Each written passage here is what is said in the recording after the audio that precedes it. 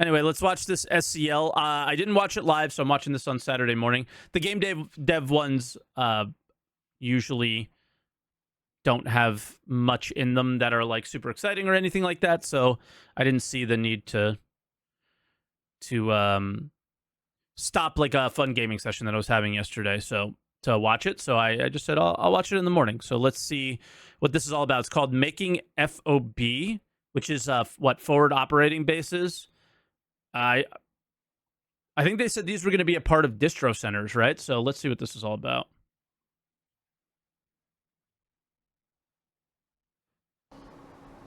Hi, everybody.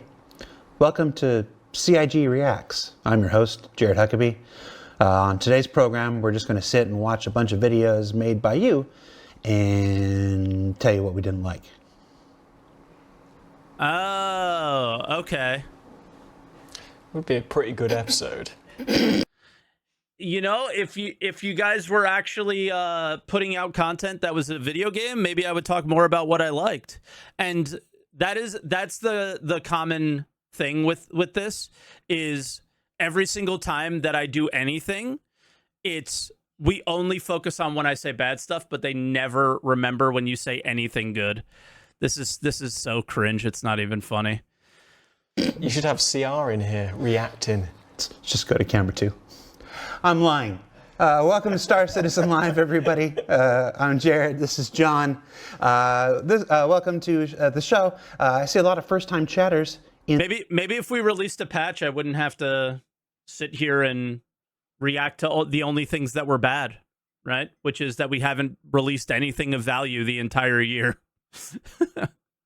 You do the same, Mike? You only focus on hate comments? No, I don't.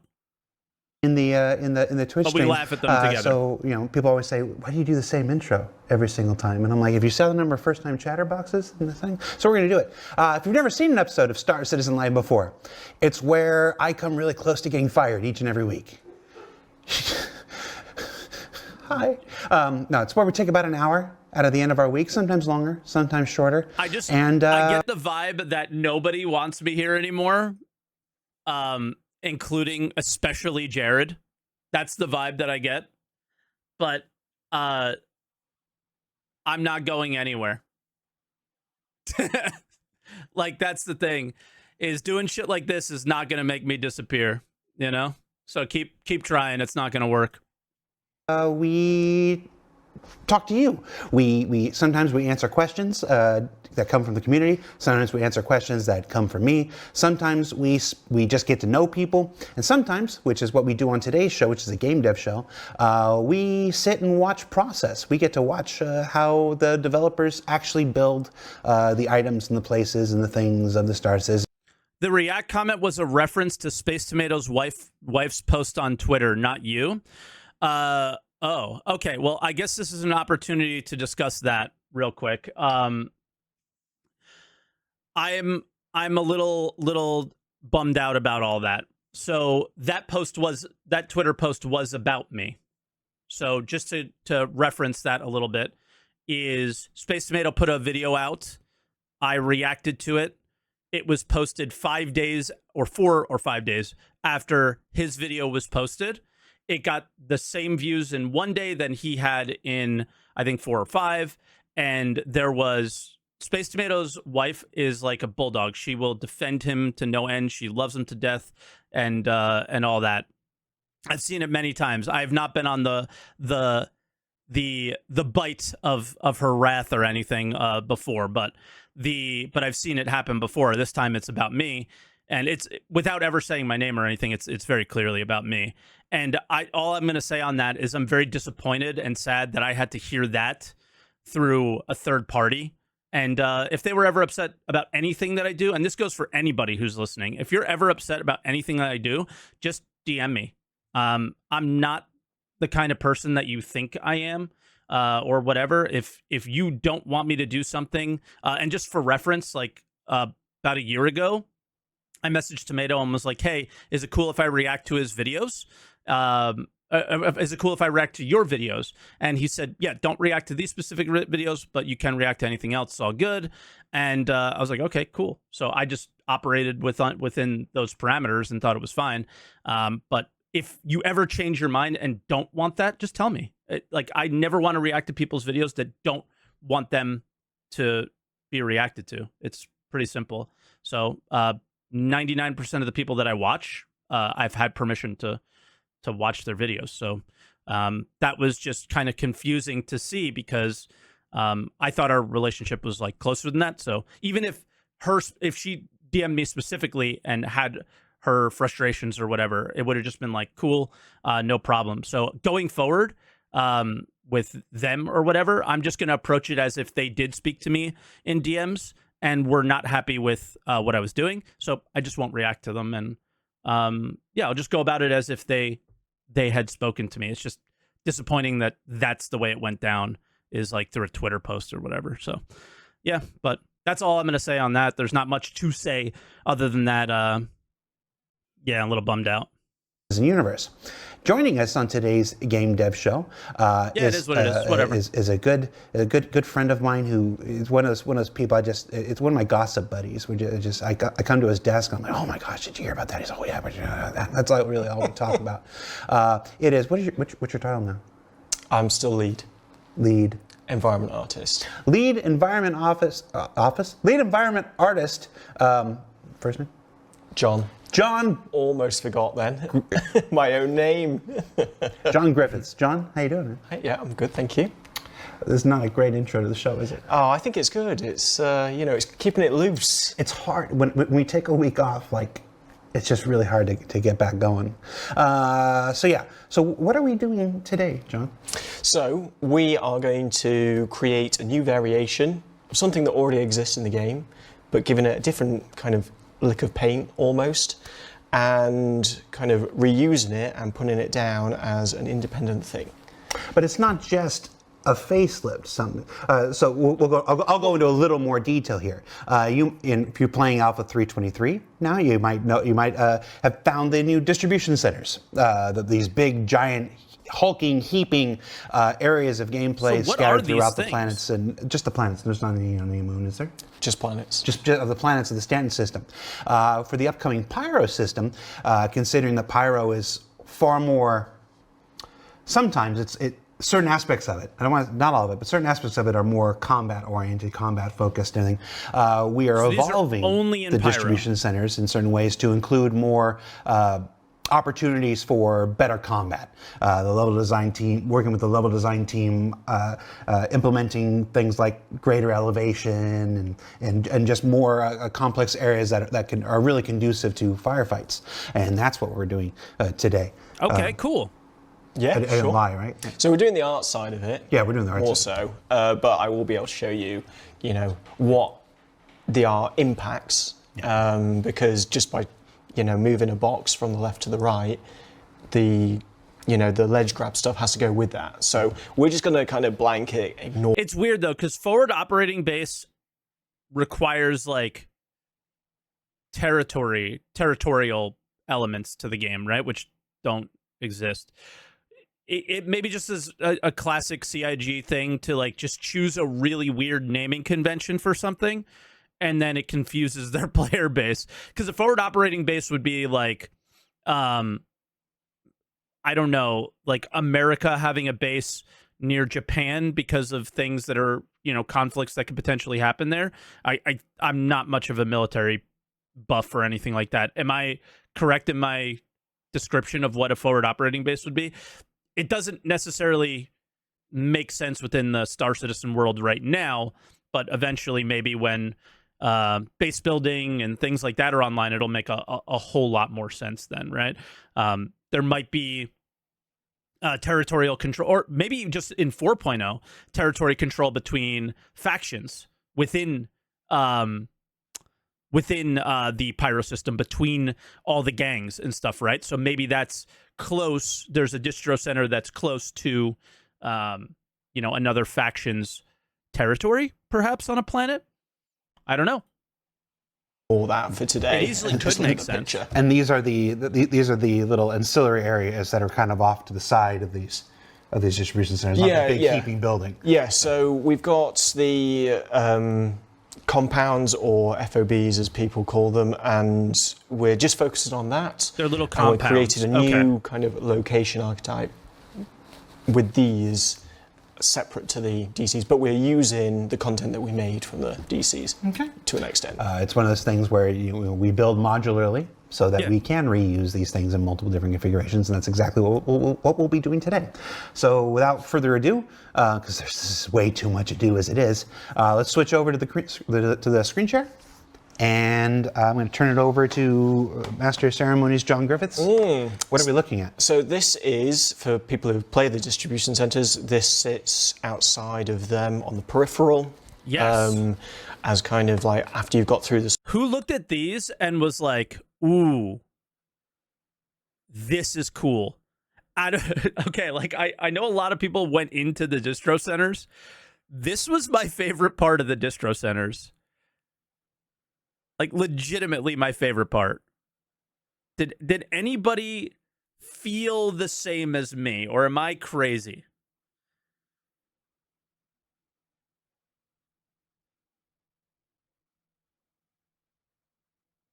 You did, but the catwalks. So, no, not the tanks. The distance they were from the distro center. You know how vehicles were never useful? You know, ground vehicles were just never useful? It felt like you were meant to take something from the distro center and bring it to here. Right? Like, these were a separate thing. Like, they were an extra facility that did something else.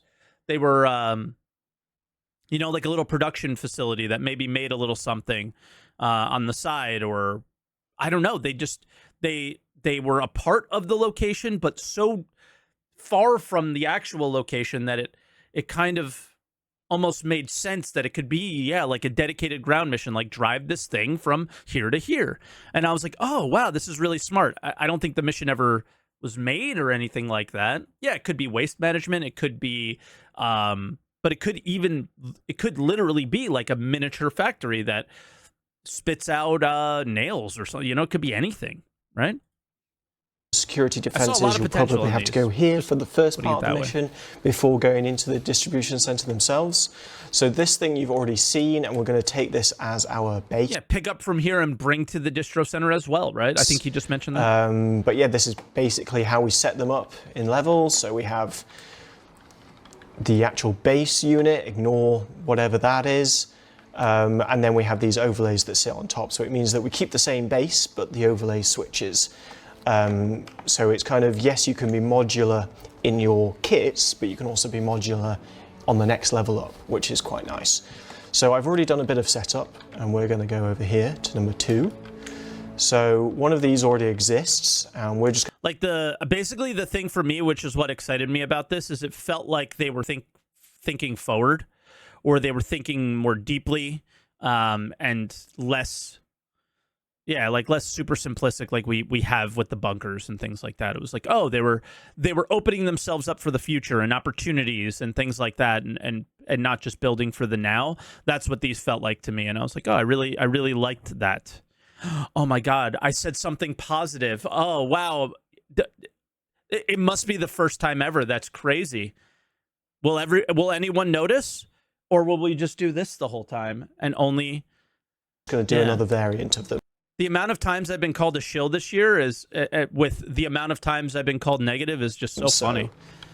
To answer the question in chat, what does FOB stand for? In our term, we use forward operating base. So those who were guessing forward operating base in chat, correct. I saw another pretty good field operation base, absolutely applicable name.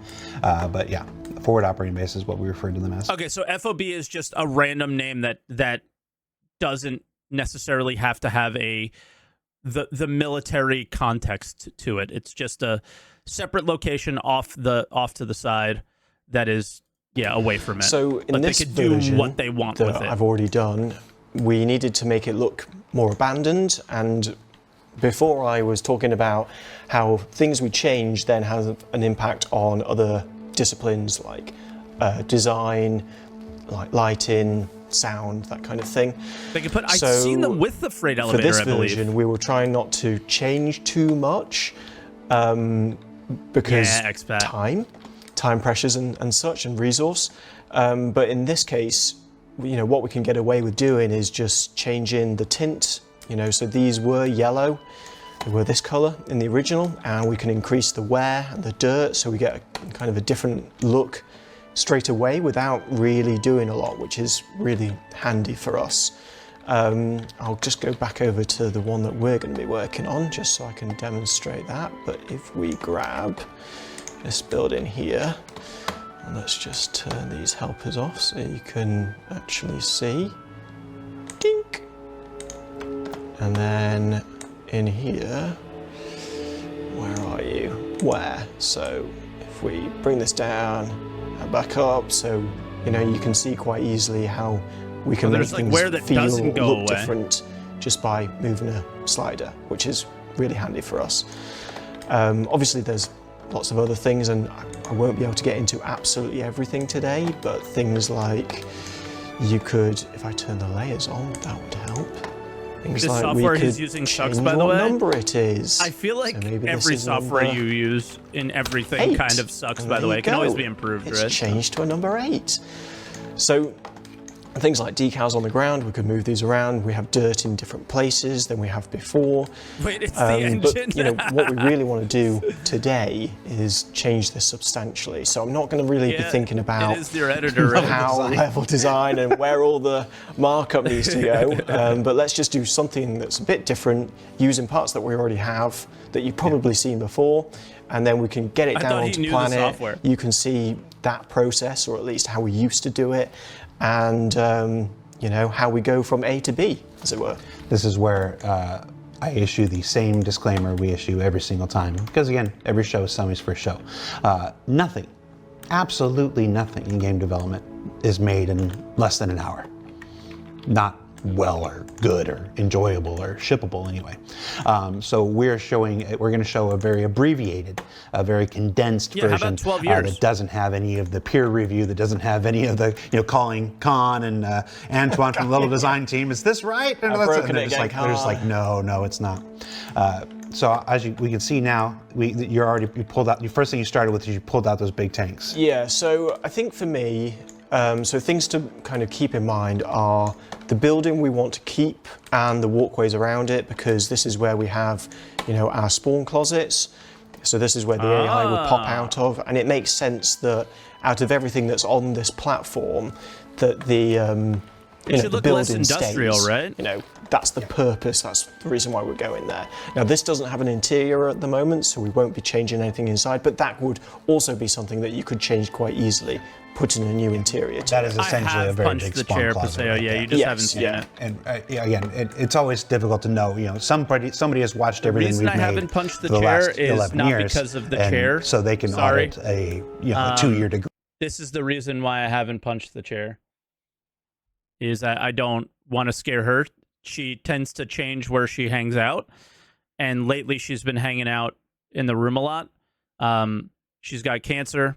She's really old. She's really struggling right now. And yeah, it's super sad. So I might bang my desk, or one of the reasons why I haven't punched my chair is my passion level is not as high as it normally is, because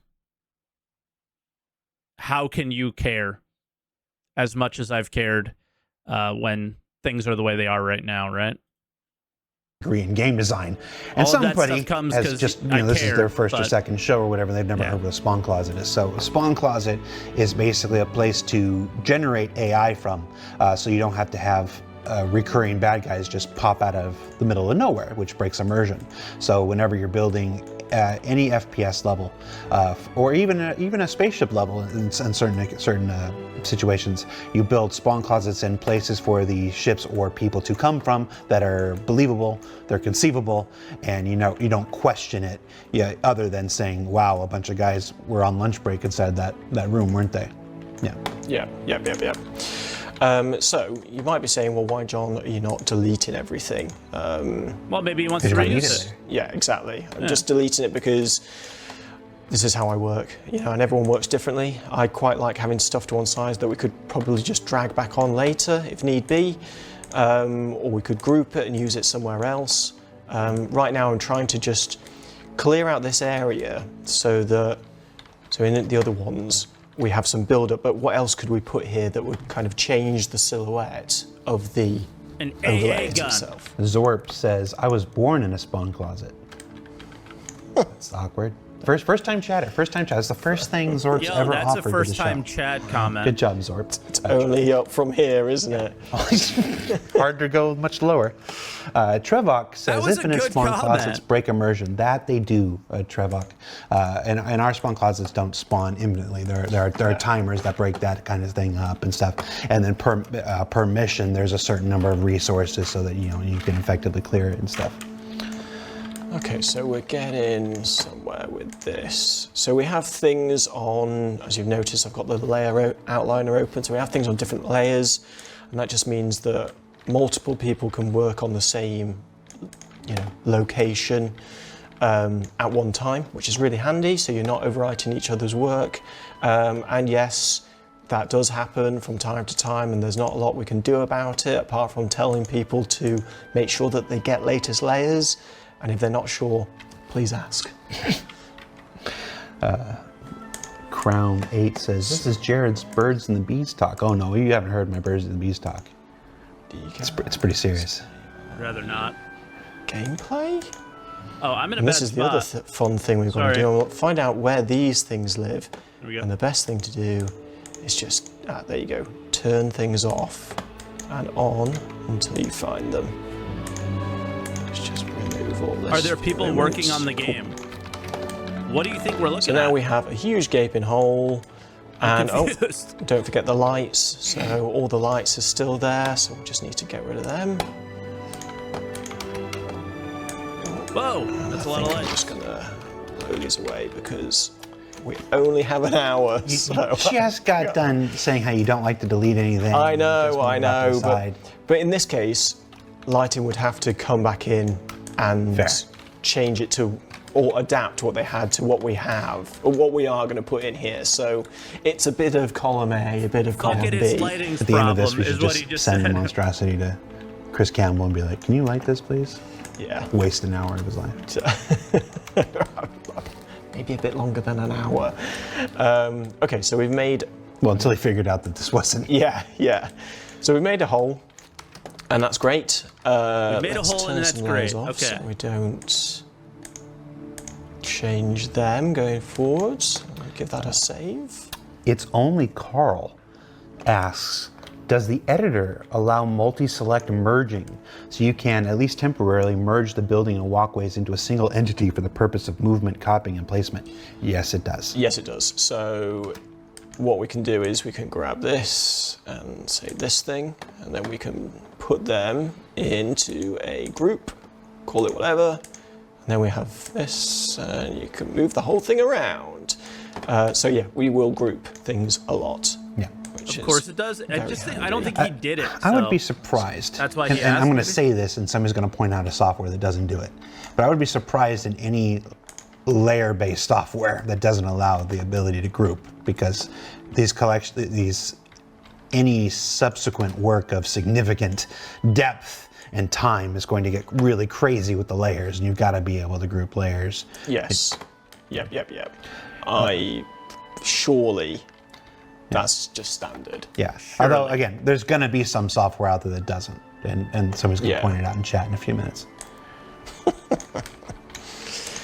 Cool. The one So thing you that could I go don't for something get like is he that. went That's from changing a- it quite significantly. We now He have went from an a industrial point of interest on the horizon as you're coming in. thing It's quite and just added another industrial thing because they're just using what they have. I don't think they have like a forward operating military type set of items that they could use probably, tall. or that if they do, At the they're moment not it's done, or if they yellow. do, they're not willing to show them. So something like that could work.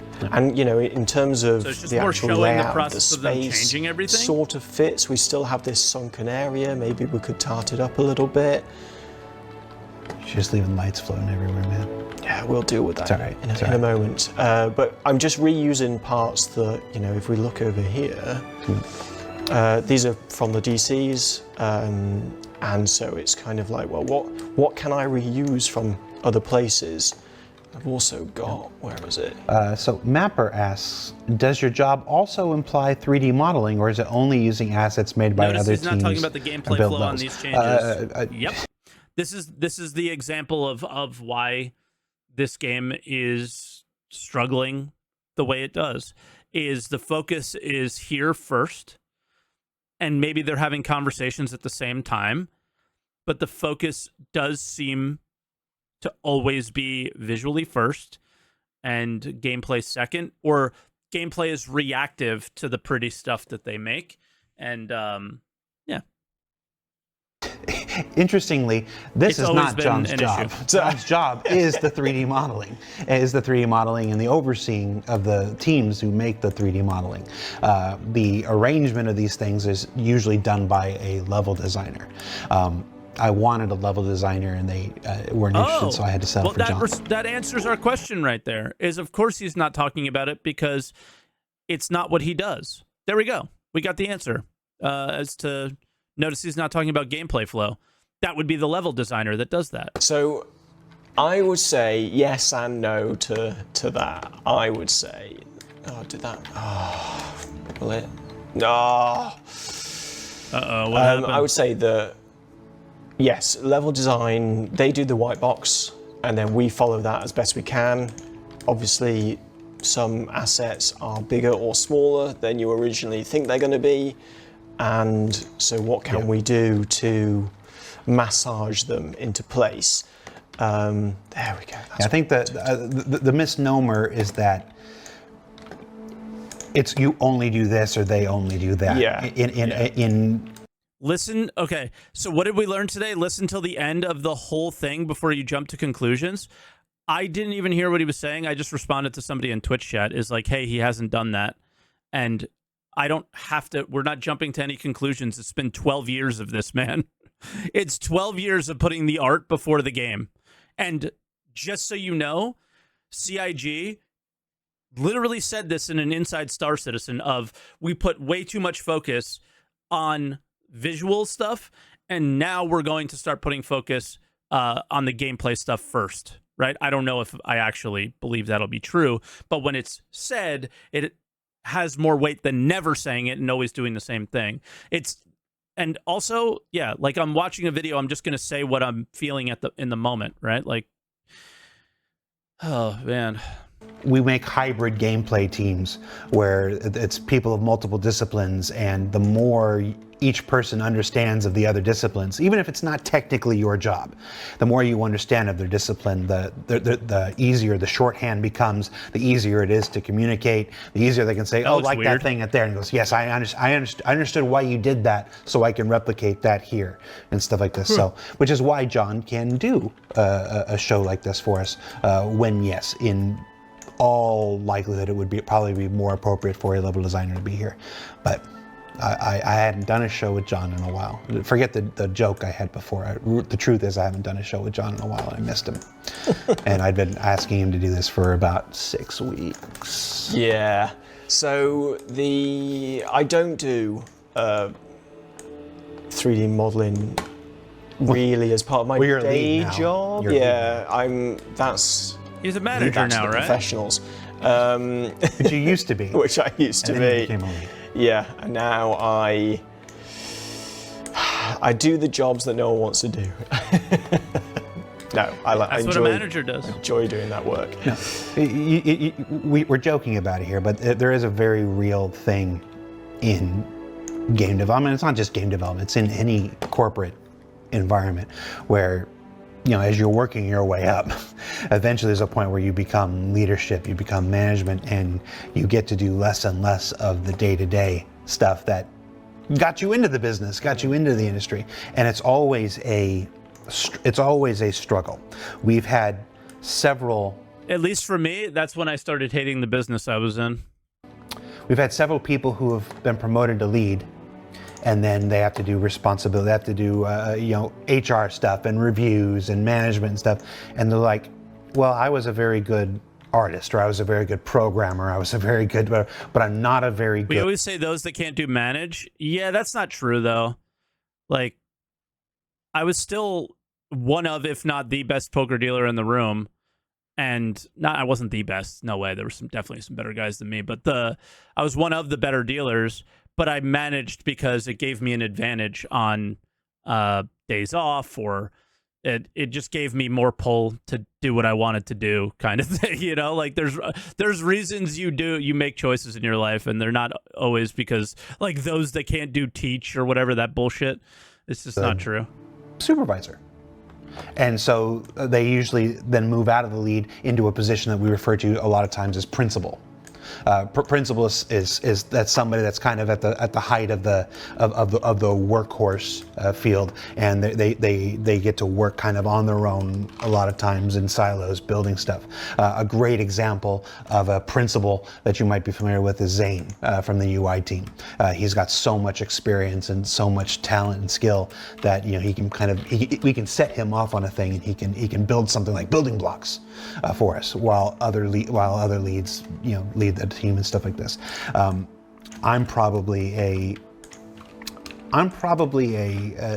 exception to that. A mix, yeah. I try to delegate stuff. I've done much better the last year and a half delegating stuff to David.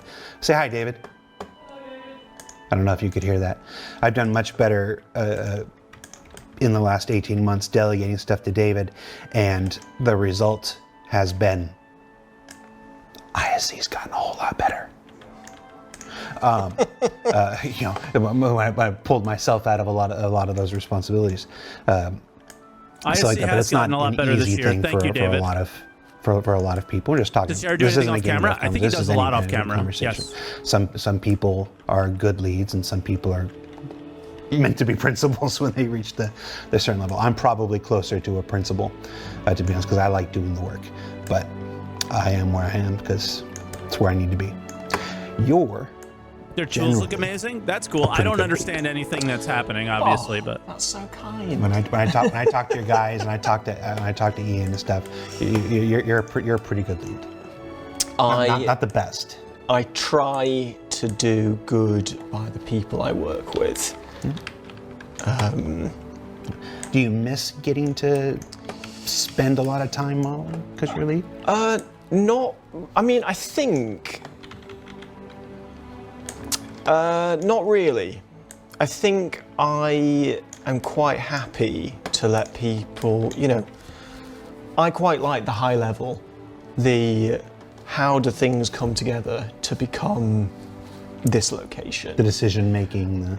Where's this going to go? How many do we want? Who's involved? What kind of resource do we have? How are we splitting up the work? I really enjoy that aspect of it. And you don't really get to do that when you're a mid-level doing the modeling. So in a way, I kind of had to work up that and then come here. I've been a lead in other places, but here I feel like I'm near the top of my game in being the best lead I can be for the people that I'm working with. I was just ready to just stop being the best and just stop. I wonder what, how everybody only sees the world through their own lenses, you know what I mean?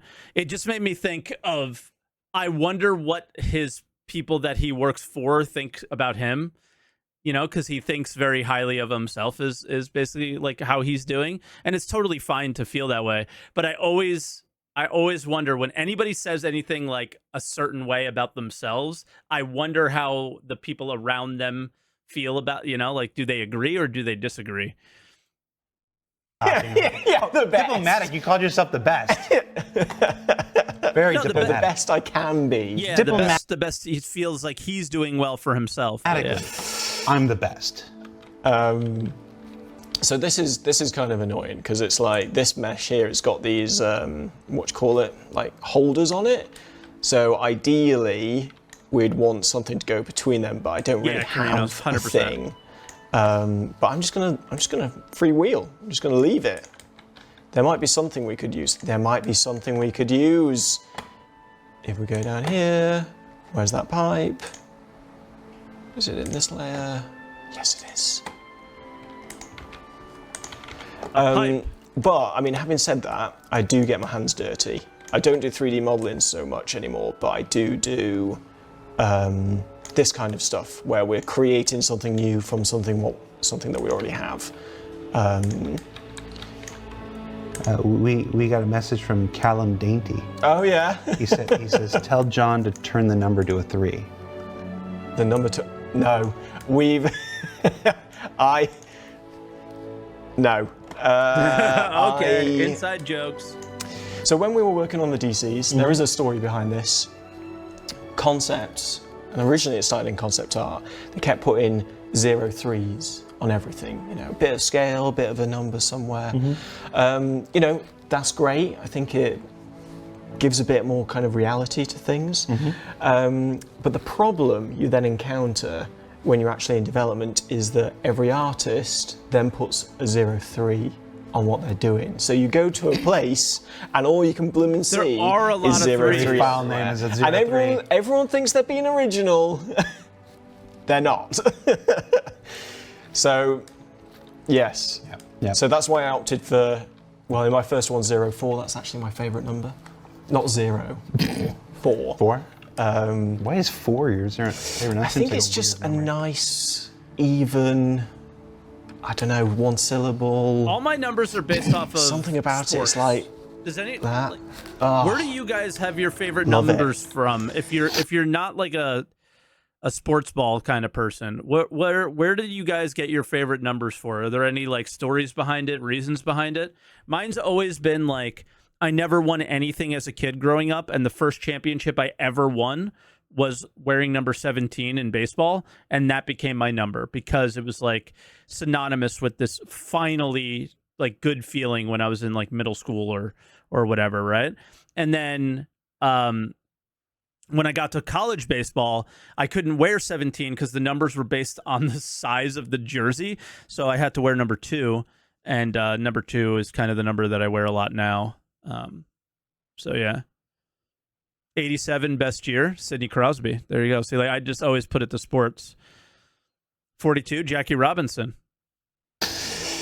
What are we doing again? You're watching our favorite numbers only on twitch.tv/StarCitizen. My favorite number is 86. Is what, sorry? 86. 86. Nikita Kucherov. Yeah. And why is that?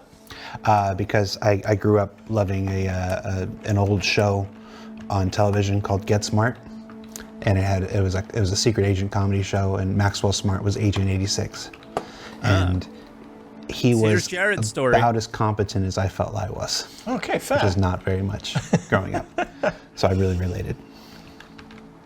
Just seeing if there's anything else we can just pinch. Fuzzy Eagle, first time chatter, says, what Jared, causes the invisible wall? This is so funny. Jared figuring out what first time chatting is. This is just very funny to watch the walls that you can't shoot Twitch. through in assets. People figuring out Twitch Oh, in so that 2024. would be some sort of, it could be down to a material, or it could be that it's a mesh that's set to transparent, and then therefore you can't shoot through it. We try not to use invisible collision, and it will, I think on some, grating, it's kind of like... You try not to, but it's everywhere. I think we try, so on this, for example, if the AI is below you, they can't shoot you, and you can't shoot them, because the holes are too small. But in, say, a chain link fence, that's when you might be able to have things pass through, because that's more likely to have bullets, passing through it. So, and then every one of these locations, so like this pole will have invisible collision on it, but it always extends past the pole. So if there's a head that's sticking out just right there and you literally click their head, you hit that collision, and it is such a shit experience. It's kind of finding the line of... Ugh. One of the things that drives me do we nuts want about the UGFs. people to fight each other through this, or is it just too much of a bad gameplay experience, so therefore we make it so that you cannot? I don't know if you'll answer this, but do we have a status on the Arastra? The status of every ship is always the same. Check the public roadmap. The public roadmap is where you're going to learn of the imminent release of any ships or vehicles. I believe in just this week's roadmap update that the Zeus, 2 of the Zeuses, were added to the roadmap for Alpha 4.0. Beyond that, there won't be any updates. It was just so random. I wonder how many, because I don't really watch it live with the Twitch chat on. I wonder how many people are just randomly asking just like completely insane questions all the time. What time are we on? Morgan Maleficent says that is actually a Skyfire, the Transformers version of the Valkyrie toy. So we have Starscream. Yeah. This is okay. You're talking about this guy. Let's go to my camera. So this. This was the best Transformer ever. This is way more interesting stolen than from the everything Macross else line. we've been doing so and then far. there was So a lot of I'll take it. whatevers, and they couldn't do it anymore. This is the Tell me original about your toys. Skyfire, Jetfire. Now this they can't really make toys of it anymore. This is actually a Macross Veritech that is painted in the Skyfire / Jetfire colors because they're like, we won't let you make it anymore, but we can make it. Which is why you see the Macross logo at the bottom. So when I saw a Macross Veritech in the colors of my favorite Jetfire, I had to get it. So that's what that is. Okay. Okay, so let's...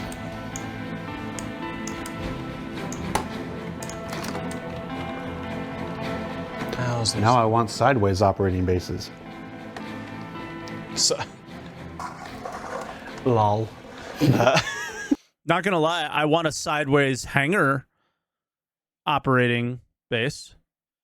Ship comes up, but doors open sideways, and you come out over the bit. Like if this was a hangar, the building over here, that'd be sick. I just want more sideways hangars.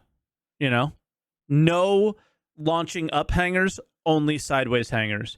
I think it comes from me being like an original backer of Star Citizen. The helmet flip, the door opening into space in one of the demos that they showed was one of the things that like had me hook, line, and sinker. I was like, yo, that is so cool. I mean, even Wing Commander, you know, when the characters died, their coffins going out the side of the ship and everything in that way. This the hangar doors. For a fast job, this is not too bad. You know, you still got time. We've got some silhouette breakup. Always loved that. From a distance, which is nice. And then when you get into it, this is not my finest work, but you know, you've still got this downstairs area. How far into this? And he's potentially, placed, a few tanks over that and up there. This is a bit of a death trap, though, so maybe I bring the stairs back in and have them. And I have no understanding of what a forward operating base will do or be at this point. Okay. Now we just need to find the layer, which is this one. Yeah. Yes, as others have pointed out, if you do have a question for John or myself, preface your question with the word question in capital letters. It helps me pull it out from the rest of the chat. I will remind folks that John is an artist and I'm a dummy who makes videos, so keep your questions appropriate, I guess, for our work experiences. Yes, yeah. So that's a bit better now. I think Khan would... Question what gameplay, yeah. Even though he would probably hate this design, he would at least be like, there's a way out. Because that's what we don't want to do as well. We don't want to send people to dead ends, essentially, because then that's no fun for the people playing. Although I think this is so meaningless. I mean, we'll fly above shooting enemies anyway. Let's call Khan. I mean, listen, this is probably a bit of a copium comment or whatever because we don't have it yet. But the hope there is the nose down, shooting at enemies on the ground thing goes away with the advent of control surfaces. But We haven't heard much on control surfaces in a while. I think it was like very loosely mentioned by Yogi this week, or last week, I can't remember. So hopefully no, but at the moment it's kind of hard to say anything other than you're saying. So like I totally get where you're coming from, but fingers crossed it's not really a hopefully won't be an issue at some point, you know? Fence. Down here, what will do it? Just A1, A2 bomb it. 4 meters? Yeah. Just call con. Does he pick up? I don't know. We're gonna find out. I mean, it is Friday at 5:30 there, so. And usually, when a CIG developer gets a call from me, they think it's like the Grim Reaper, like he's asking me to be in a video. He's asking me to be in a video, and stuff like that. So I could see why he would not want to answer. All right, so Khan's not going to answer. Okay, that's obviously not aligned. I'm just going to ignore that. We don't.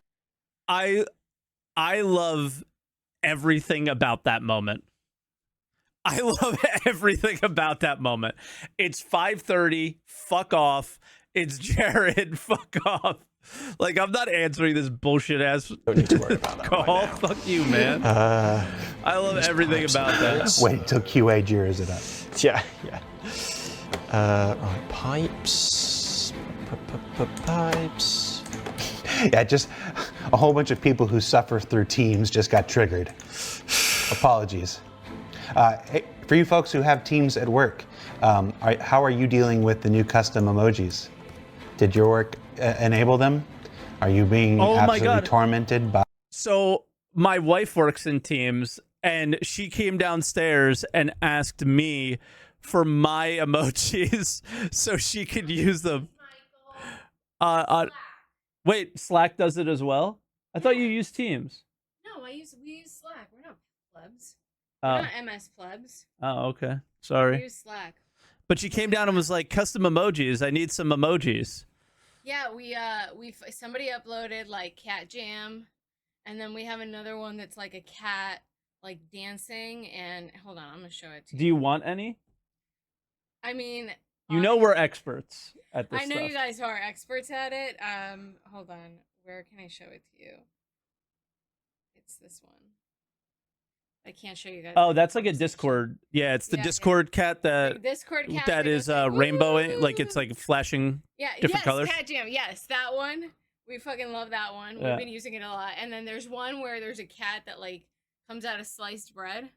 Like a what? Slice of bread. Wait, I think I've seen that, but I don't know that one. It's fucking hilarious. It's so cute. Of course, they're all cats. Yes, we are cat predominant people. Oh wait, hold on.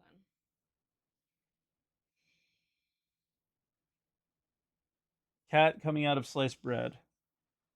Oh, okay. I think that's like a Google. That one and that one. Okay. And then somebody put the Dogecoin guy.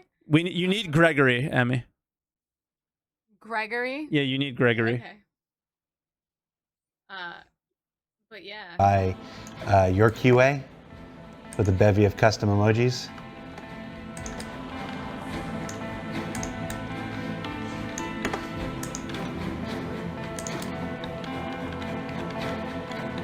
Okay. So one of my pet hates, and I'm probably going to do my own pet hate now and not fix it correctly, but I don't like it when things don't terminate correctly. Mm-hmm. So pipes and they just kind of go to nothing, and you know when they just go into the wall and you're like, just cover it up, surely. Just takes 3 seconds. Never find out what an here's a FOB question. actually is. We do. When are we going to see more roads? It's just a linking naming bases and convention that they're garages and using stuff? for More roads. separate locations at a my distro favorite center. thing about the distribution centers was it was the very first any kind of implementation of roads. I mean, yeah, it was within them and stuff like this, but it was just like. So that was interesting doing that. Yeah, same. There were like little mini roads at these as well. It looks like they were eventually supposed to be connected. I'm with Jared on this one. Sitcon. So not only did we make the biggest sandbox locations we've got in the game, no one cares about that. The roads thing. Roads. Yeah, don't know. I'm going to say to that one because I Heard it here actually don't know. It wasn't a question for John. Yeah. I set him up. Roads. People love roads. And in some locations, we do have roads. I think people love things that make sense for the things that they purchased. They haven't been released yet. What are you talking about? The what? Things on Pyro. What things? Like, locations on Pyro have roads. Like what location? Like the train post? Yeah, the outposts. Yeah, We've some seen of them. Some them, of the train posts have roads? some of them have roads. Yeah, Going through we've them. seen them. They've been released. Oh, that's right. Well, those are... They're like tracks. Okay. Yeah. Some of They're them dirt are- roads. Yeah, but some But they're very clearly roads. thoroughfares, Yeah, roads. yeah, I get what yeah, you're saying. Yeah. They're not exactly like gravel.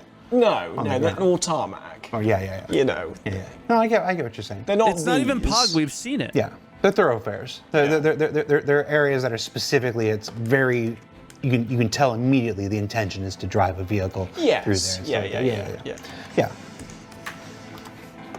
Anything without rocks is a But- road. but That's the broader how it should roads, be. linking places. yeah. We've seen them already in the Pyro preview. And Hard stuff. maybe. We would love to, but we have more It's a pressing question. concerns. Yeah, it's a question. I don't know if Pyro is the right system for a series of complex interconnected highways and stuff like No, that. That's not really the vibe of Pyro. But I don't know Jared, how did much you they'll watch touch the up Stanton. Atmo They Grey should Cat social race that took place in the district? probably move to not other all of it. things. I caught.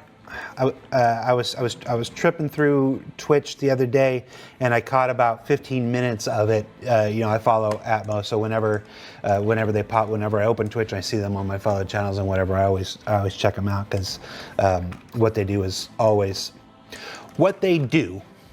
Without any kind of internal tools and stuff is incredibly impressive. It is the work of incredibly dedicated, Many people. dedicated and what's a word that means full of a lot of effort? What's that word? Just people who Motivated. who don't get scared by the amount of work that's involved. They have that in spades, whatever that word is that I can't think of. No, I don't. Brave is overcoming fear and stuff like that. That's not the same way. But no, yes, I did get to watch a little bit, not as much as I ever like to. As always, it was very cool. But yeah, they Well, their shows are after super we did that long whole, too. you're not going to be able to get vehicles inside the distribution centers. Yeah. Yeah, they were like, what up? Yeah, that was Like, what up? basically a setup, wasn't it?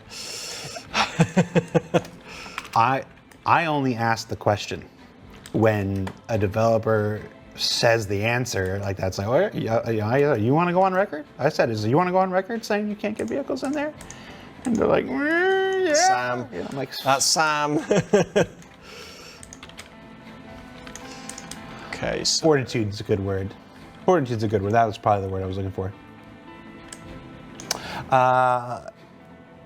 Healthicules, like Hercules, but with health. I don't know.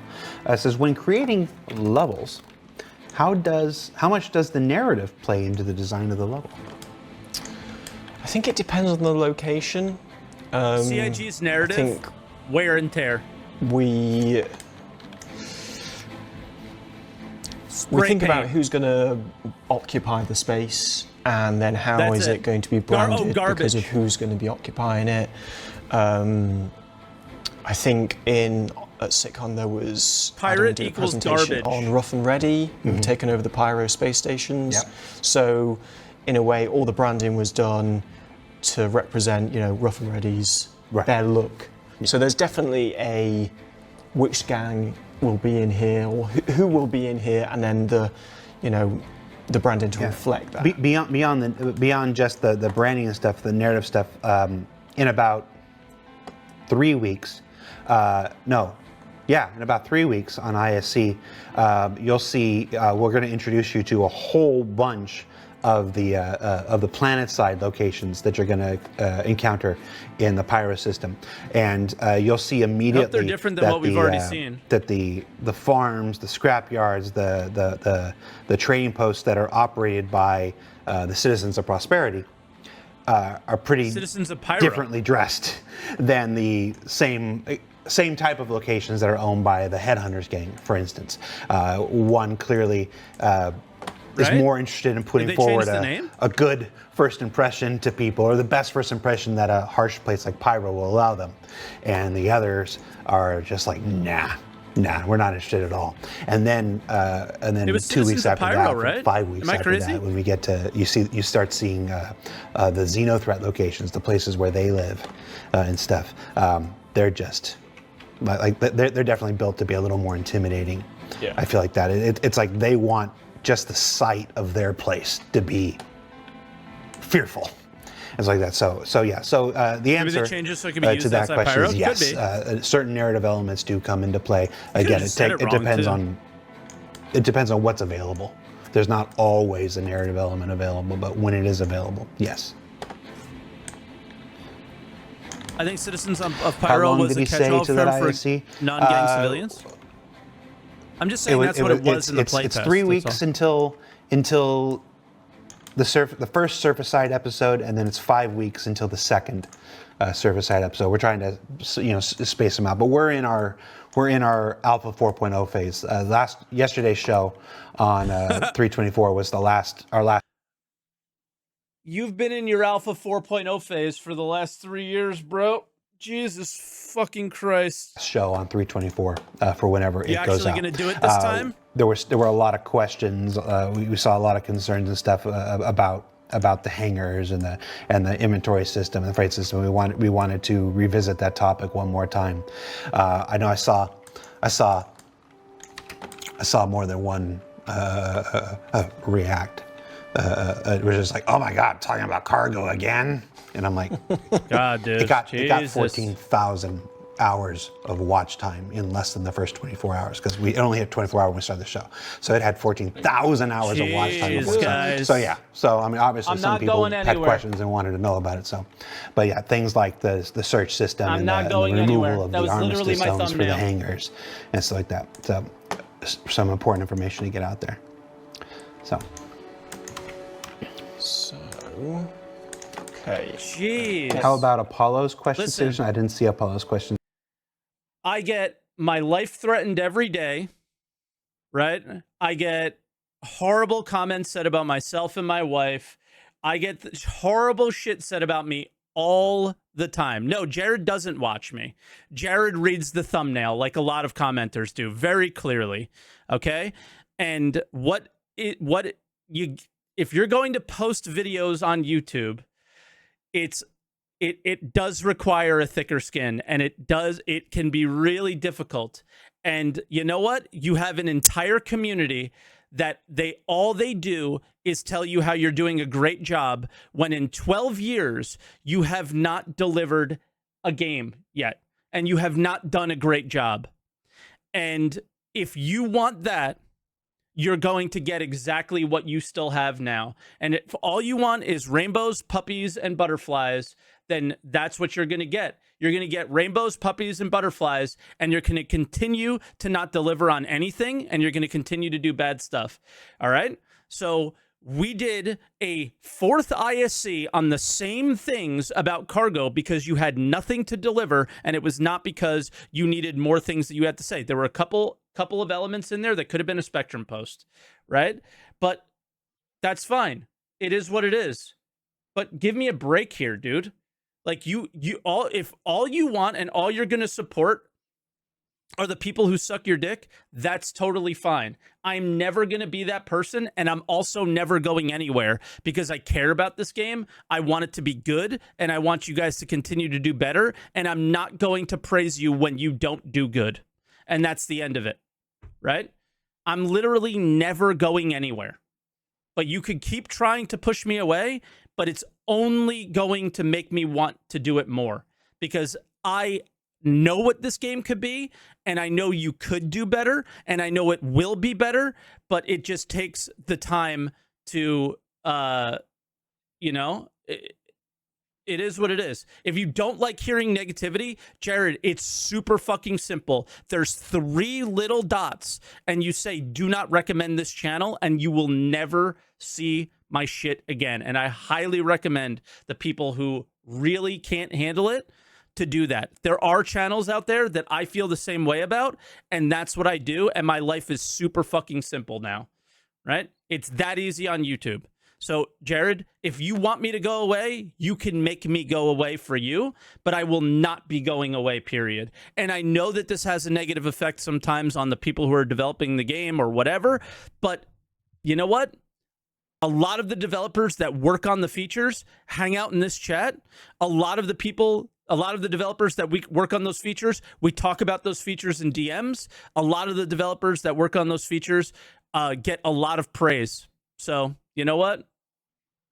It's never going to stop, and it's always going to be here. And there are tons of videos, and my best videos, the ones that get the most amount of views and support and are the best, are when I say something positive. So keep doing good things, and you're going to keep getting positive stuff. Keep doing bad things, and you're going to keep getting negative stuff. Like, it's that simple, man. Holy shit. Good suggestion. Sorry. It must have scrolled up while I was talking about other stuff. Here you go. Here's a great example. Followed you after the Narc stream to check out the game. Is it normal that there never seems to be any gameplay in a game that has no gameplay? Yeah, it's very normal, right? It is the deepest lull of the game in terms of gameplay, and nobody wants to play the current patch because the current patch has gone on for a really long time. The servers have degraded really bad. It's really difficult to complete anything or do anything right now. That's 3.23. Everybody's in this like hover mode waiting for 3.24. Once that comes out, then it will be there'll be a lot more like gameplay happening on all things Star Citizen. Everybody's just kind of talking about it right now. Question, is ISC now fully dedicated to 4.0? ISC is never fully dedicated to anything. We're going to take a break. There's an episode around another break, the top 16 or the top 8 of Ship Showdown, where we take a week, and we're gonna talk to Gav Rothery, concept artist extraordinaire who's designed more. Who's visually designed more vehicles for Star Citizen than any others. We're going to take a little break that week and talk to him. Yeah, for the most part, yeah, the next 1, 2, 3, 4, 5, 6, 7 episodes. I surely hope Jared's bullshit isn't reflected on the rest of the devs. In my experience, it's not at all. Like that's the thing, is whatever he says about me or says these like kind of negative things, it doesn't really affect me, because the people who work on the content that I really enjoy, I have regular contact with, and we go back and forth, and we're able to be critical of each other, but respectful with each other, right? So I have really great relationships with the people who actually work on the game. So I'm really have no issue whatsoever with anything, and it affects me at 0 degrees for what was being said. But it's just it's becoming like almost unprofessional and just kind of like silly to watch. 8 episodes are all dedicated to 4.0 content. So with that one little break in between to support the Ship Showdown. Okay. Hopefully this doesn't crash. There we go. So, and one final thing on that before we move on. My popularity has only happened because the things that I'm saying are resonating with the player base a lot more because of the continued problematic stuff that's been going on all the time. But when I say something positive, and I do, and I have a lot more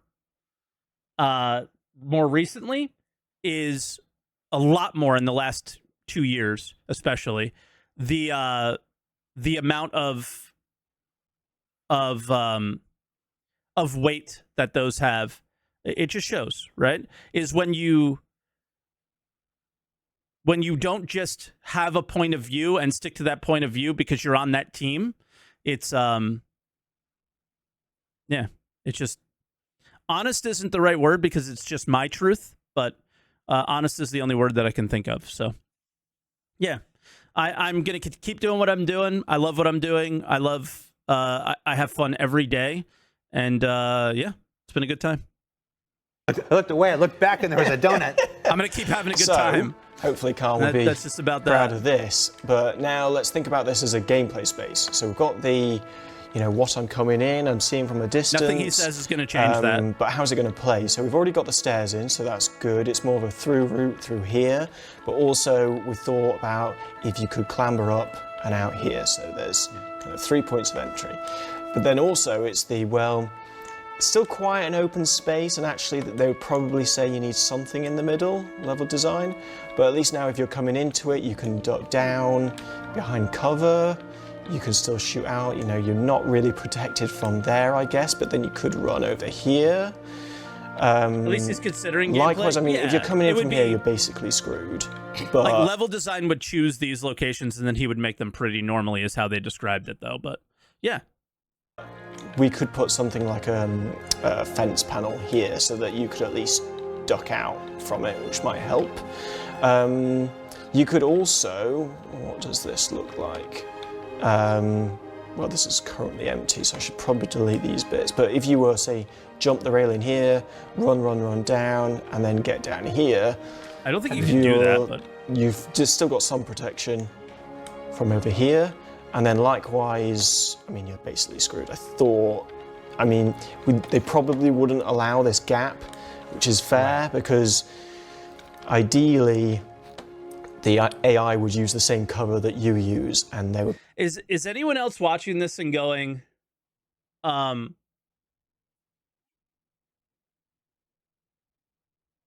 I understand why things are the way they are? Probably get stuck there, so we'd probably move that.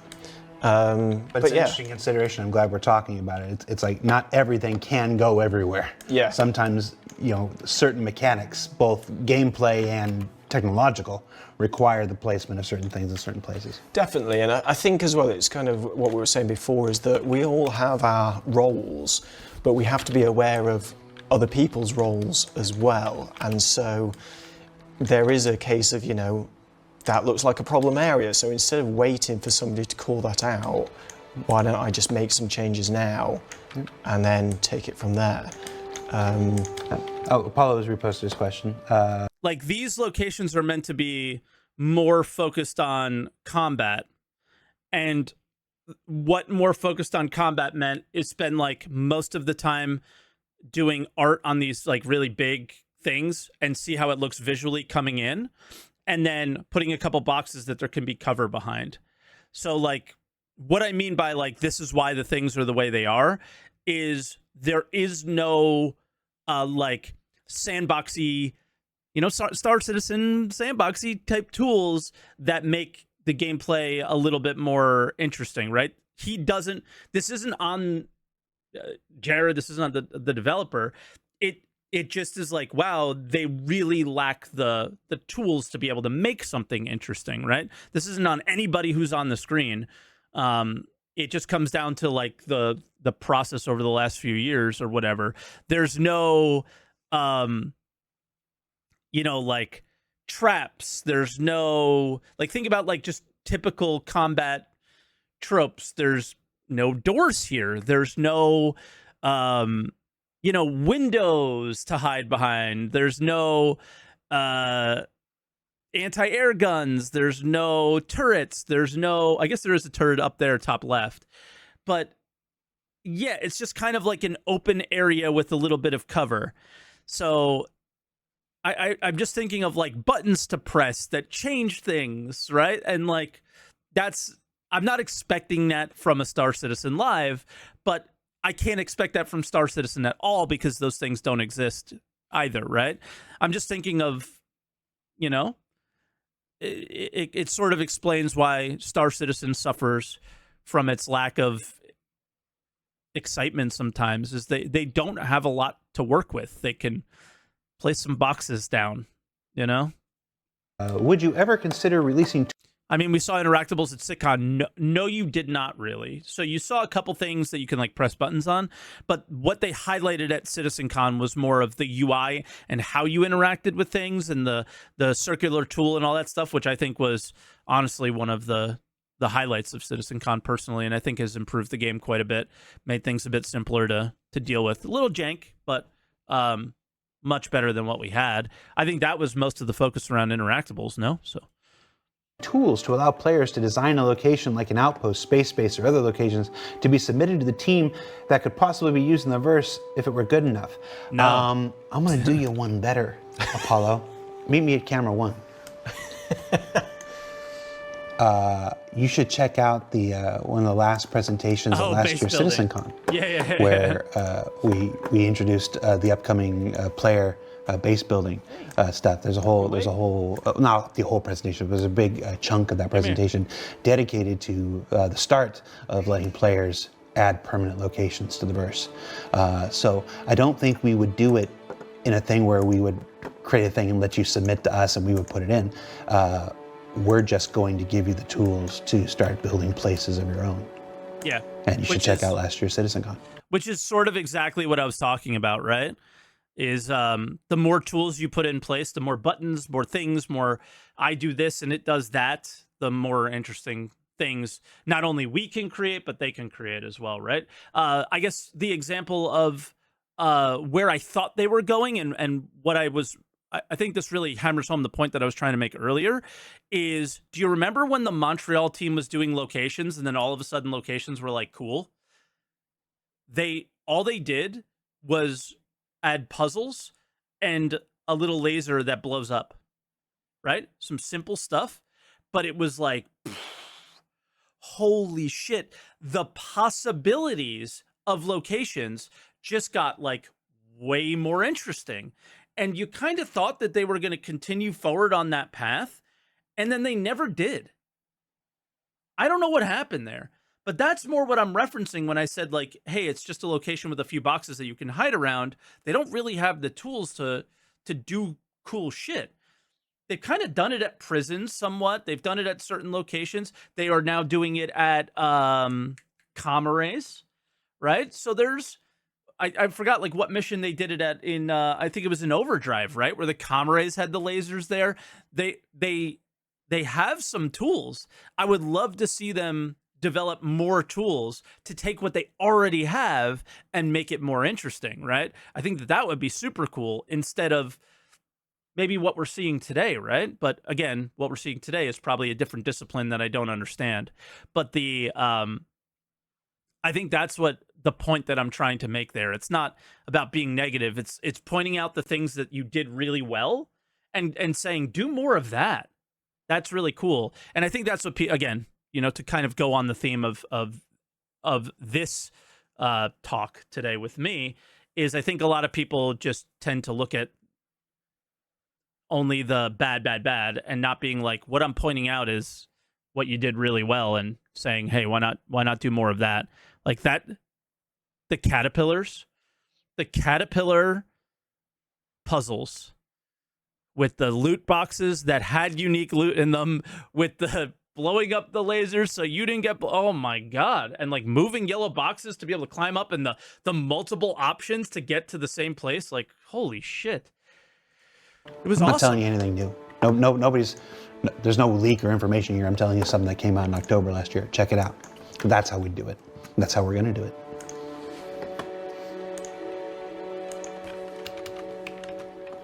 More tools. Let me just do this. So, what I'm doing now. Another really good example, right? The hacking missions. Taking a thing we've been using forever with the hacking chip and turning it into a whole mission. It's been pretty cool. Now, I know they don't have like proper hacking, but be like that. I'll go this way. That was one of the best missions They're in asking Overdrive. silly questions I gotta answer a one question. I answer one question, and then Chris Roberts will come busting through like the Kool-Aid man. Actually, that's not. Why would Chris Roberts get mad if there was a when question answered? That's all he does is answer when questions with the wrong fucking answer. True. Chris Roberts will probably tell you when. Yeah, exactly. There we But go. no. Right. When it's ready. The answer to all when questions are when it's ready. Anything else is unfair. It's like last week. Last week we had the 500th episode of ISC. And I said in the outro hosting that Which is how I know Jared doesn't watch. Because I said so many nice things We were targeting 4.0 for that something I'm not earlier taking back than the end either, of the year. and never will. We are. We are all working towards a release that is sooner than the last week of December, which is I think what a lot of people are saying. Now, Wait, what did he just say? we had the 500th episode of ISC. And I said in the outro hosting that we were targeting 4.0 for something earlier than the end of the year. We are. We are all working towards a release that is sooner than the last week of December, which is I think what a lot of people are saying. Now, is that the same as me saying it's going to be? No, it's not. I don't know when it's going to be. The answer to when it's going to come out is always the same, when we think it's ready. But there's this thing that happens where people ask us when, and then we share. We're targeting, we're attempting, we're all working towards getting it out at this time, and then it doesn't happen at that time, and there are invariably somebody that's like, "Oh, CIG promised." I'm like, that's. Are we not recognizing what the issue is? The issue isn't that you said you wanted to do something and didn't do it. It's that you always say a date and never reach that date. It is like the track record is horrendously bad. That's the issue. That's the issue. They did promise. The only person who made any sort of a promise was Jared, who appears to be backtracking a little bit now, where he put on his personal, remember where he switched the hats? He's like, I'm not a developer now. I'm saying what I think is going to happen, which he has no bearing on what happens whatsoever, right? So I don't think anybody promised. It's not an issue of promises, not promises, or whatever. It's the track record that people are tired of, but call it what you want. That's not the definition of a promise. We told you what we were trying to do, and that's us being honest, and that's us what we're honestly trying to do. Sometimes we just don't make it because that's how game he was about to say most of the time, and that would be the truth. Is. Mm-hmm. But it's we do try to be responsible with how many times and how many places we share that information, because if you just keep saying we're trying for this, we're trying for this, we're trying for this, and then they don't happen, they keep happening and stuff like this. Chat saying he said apparently coming this summer. Okay, but the thing he's mad about, he is justified in being mad about for the reasons of the people who are saying, but you said coming this summer, you knew, you have been around, you know. So unless you're just joking around and it's just like, haha, CIG's a meme again. Look at this meme of a company that says they're going to do something, or even says that they want to do something and literally never do it. If you are being like genuinely mad or genuinely trying to hold them accountable to these dates, like it's so silly at this point. It's why I'm 100%. I don't care about anything in 4.0 because 3.24 still isn't ready yet, right? Or 3.23.2 is still not ready yet. I'm just 100% focused on what's going on with that. All right, it's not out yet, but it's improving incredibly slowly in Evo, but they're making progress on the things and it's getting better, but it's still not there yet. 4.0 isn't even in my vocabulary right now because what's the point? It's been the same thing for 12 years, man. It's like there's plenty of people. There are plenty of people who preferred that I didn't say anything at all. Yeah. And because they get their hopes up and then it doesn't make it. So it's a catch-22. It's if we never say what we're trying to do, then people say, you're not sharing anything. You're not telling us what you're trying to do. You're not telling us what's going on. And then if I tell you what we're trying to do and then we don't make it, then people go, I wish he hadn't told us. And it's like, I'm on year 10. Again, the difference is you never make it. So what's the point of saying it? That's the argument here. I'm on year 10 of this. I'm on year 10 of this. So I'm not super. I've stated this 100 times before. I will state it again. The change to the roadmap was one of the healthiest things for this community they ever did. The singular entity that has undermined that work completely is the blanket of marketing, which includes Jared. That playable now, or the coming at this time, or the even Wikipedia, right? Like saying there's going to be a test and then there's not a test. It's like, just let us know when there's a test and we'll be there. Like, I don't, like, what the fuck? Super phased. Let us know when you know. Don't let us know when you don't. I will. It's pretty simple. I'm pretty responsible with it. At the end of last year, I said, I gave a list of things we were targeting for the first 6 months. Bro really just said it's not our fault. It is not his fault. It is not his fault. He goes off of the information that he has at the time. It's nobody who communicates it's fault. They're like, of any of the people that I just mentioned, they are sharing the information that they have at the time, but that information they do know is incomplete. Right? Because there is a 0% chance that it could be complete because it's too far away to know. So until you know, it's usually better not to say anything.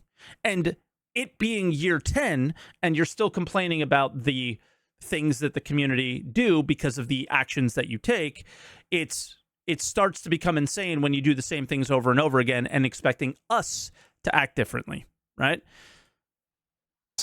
And those things all came out in the first 6 months. And when I came back the first show of this year, we shouldn't be the ones who have to change of the year again. And there were those things. Yeah, were I don't hate the messenger in this case. I tried to be pretty responsible with my but I do estimates. think it makes sense to just. But yeah, we are targeting. We are trying. Everybody. I love what they did with the roadmap. Everybody here is working very hard to get 4.0 out sooner rather than later. Yeah. The work for 3.24 does not block the work for 4.0. They're in different streams and whatnot. So we're trying real hard to get it out. We want it out. I mean, the work for 3.24 does not block the work for 4.0. It's just going to be real. How badly do you want 4.0 out? Oh, really? Yeah, I can't wait. It's going to be great. It's like I comment on the show a lot. We have all the same conversations the backers do. We have all the same feelings the backers do. We just had them 12 weeks earlier. Yeah.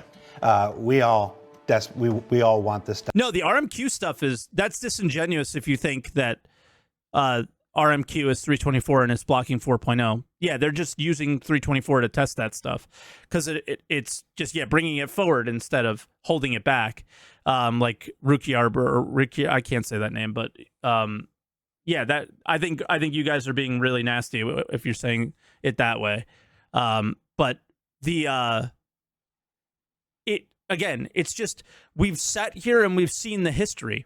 RMQ, like the Q is Q, like the word Q, like wait in a line. It's related to, when sometimes you click a button and it takes forever in the game for it to recognize that you clicked the button. It's resolving that issue. So it's a huge problem in Star Citizen. So it's hopefully resolving that issue.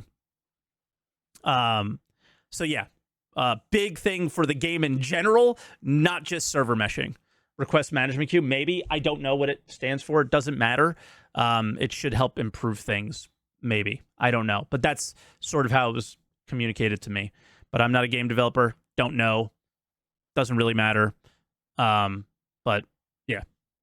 It just comes down to history says that 3.24 is slowing down 4.0 because there's only so many developers. And some of those developers work on both stuff out because we want to move to the next thing and the next thing and the next thing and the next thing. So yeah, what I said last week still holds true. We are targeting a release earlier than the end of this year, and we're all working very hard to make that happen. So hope you succeed, obviously. Okay, so in that interlude, I did another. I'm not holding him to that. I'm not going to be one of those people. But I will be disappointed if it doesn't get there, of course. So you just set yourself up for disappointment every time. And when people get disappointed, we go, I can't believe they're disappointed. Holy shit. That's thing crazy. that we can do as well. How which is the use community tint system. disappointed by this? I said target So it. this means that we keep all the same geometry and stuff, but we have loads of primary, secondary, tertiary colors in this format, and you change the colors to whatever you want, and then you apply them. But if you're not happy with that kind of color arrangement, you can then say, oh, I want to swizzle it. So then I'm going to go Swizzle, is that a technical? so secondary, Yeah, I don't think primary, they promised or lied. They gave you the you can information have, they had, and I'm just whichever disappointed combination in the of result. these three That's all. numbers, you swizzle it and you apply it, and it changes it. So again, that's a really quick way of saying, okay, this one's Headhunters, this one's Rough and Ready, this one is Microtech, this Oh one my God, is Abe's back. Hudson Dynamics. Welcome back, Abe. So I've changed it Everybody to welcome I back wanted an Abe from his orange, 1 week if I'm ban being for losing perfectly a bet honest. against me. So I think it would look cool and it would work quite well with the yellow and the grey that we already have, but I couldn't find one. So I've gone with the Covalex red because I knew where that was, and also it means that, you know, again, we're looking for a red object. I don't even on the remember. horizon. It was just I said CIG said something. He said no, they said it this way, and I said I just said, you want to bet? And he was like, yeah, and I was like, all right, 1 week ban if he says this, 1 week, you know, we'll do something if you're right. And I won the bet, and that was it. You know, it's pretty simple. He was just wrong, I was right, and yeah. And something that stands out isn't that great. So now I'm just going fun. to tidy things up a bit because I made a bit of a mess, and then we're going to get this exported and sent over to Planet. If I can remember what the controls are. So now we're deleting everything that I didn't need because I didn't need it. Or if I had more time, potentially I would do a slightly better job. Hassan Mabus. Yeah, has a nobody good question. was How come expecting this to be, CIG like, don't super take really good, a little right? time to update the design documents and let us know if anything is conceptually changed? Well, that's what we did last week with Intro to Jump Points. We literally just went over the entire design from start to finish of the current design after years of saying the ISCs have really improved that way. Like, that was such a good episode. it might be this or it might be this and stuff like this. Why we're not constantly going back and updating the old stuff. We work on the stuff that goes out soon. We work on the stuff that's right in front of us. It's in order to get 324 out, in order to get 4.0 out, in order to get 4.1 after that and whatnot. Those. And that's why Star Citizen sucks. Because we haven't made any concrete decisions on what Star Citizen is and how the jump points, how cargo, how mining, how salvage. I'm sure they've had conversations, but one of the obligations I do believe CIG owes to its backers, but has never really achieved. Like, I don't think we're investors. I don't think we need to be in on board meetings and any of that bullshit that I do think some of this community actually believes, which I think is delusional. I think one of the things that we are absolutely that we deserve is the design of the game. What are your intentions for this game? What are you working towards? Because then it makes Jared's job easier, it makes the developer's job easier, and you're not, look at every location, look at every ship, look at every piece of armor, look at everything that all of you know, every single one of these has to be reworked. Why do they have to be reworked? Because we have decided to do something differently. We haven't decided what the long game is and then work towards that long game. Listen, Ashes of Creation is a problematic project in many ways. One of the things that I think that they have done really, really well is this is our game. And then each month they do an update and you watch them move closer to that goal. And there's not this wild changing of scale, scope. Oh, we're doing procedural planets, which was like the insane change to, salvage design changed completely with the construction materials thing and all that, right?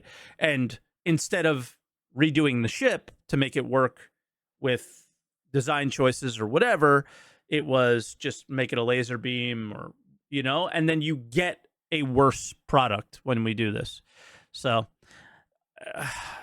that's one of the only things that I do think they owe us, is a clear and concise vision of what the game is, but very clear, much more detail, way less vague than they do. But the reason they don't do it is what happens when they don't. What happens when they're vague?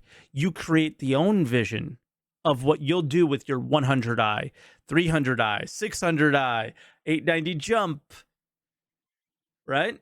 You create your own design and you get excited and you stick around and you keep imagining what this game will be. And it's worked out really well in their favor in that way. And I think that's kind of why they stuck with the vagueness. I think they have a general idea themselves, but I do think it's something that we deserve. But yeah, it is what it is. Those are where our focuses are. Those are where our focuses are because they have to be. Those are our... You could just look at the Vulture and know that they didn't have all of the information they needed. You can look at the Reclaimer and know they didn't have all the information they needed, right? Just look at how cargo has changed and how some ships don't make sense within that framework because they never knew that framework was going to exist when they made cargo or when they made the ship. They didn't know what cargo was going to be. That's my argument here. You should know what cargo was going to be, and then we watch them work towards that goal.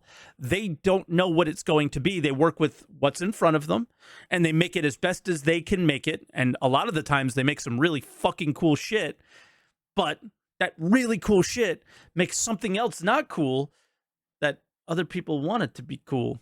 You know what I mean? Look at Pyro. What was Pyro supposed to be? Pyro has changed completely. It's supposed to be a desolate system, no stations. Refueling was going to be important there. There's like 56 fucking like it's crazy how much it's changed because they don't really stick to anything. They're flying by the seat of their pants without trying to make it sound negative. They're just taking one step at a time, which is weird, but. Immediate tasks. They take up all the brain space. They take up all the effort. We work on that stuff. Yeah, Too Rip much. Starfarer, it feels if you like, remember, the folks we won't know until we have it. The folks who were here watching the old days of Wingman's Hangar and stuff like that. You know, Wingman's Hangar was a great show, but if we're being completely honest, a lot of things were said in that show that don't apply to Star Citizen today. The problem with projecting out too far is that people change. Mm-hmm. Ideas change. Technology changes. You discover you can do something new that you couldn't do when you had that original design, and so then your design changes. You discover that you can't do something that you originally wanted to do, and so your design changes. New people come in. Again, the problem with that is that has been consistent. That doesn't just go back to Wingman's Hangar. That goes back to 6 months ago. That goes back to a year ago.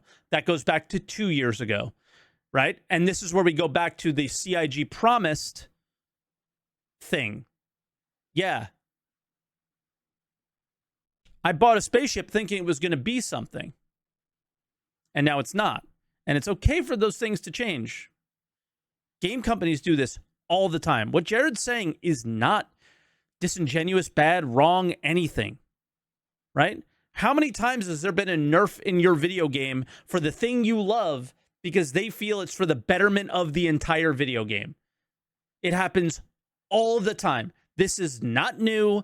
This is not special. This is not a problem. This is normal.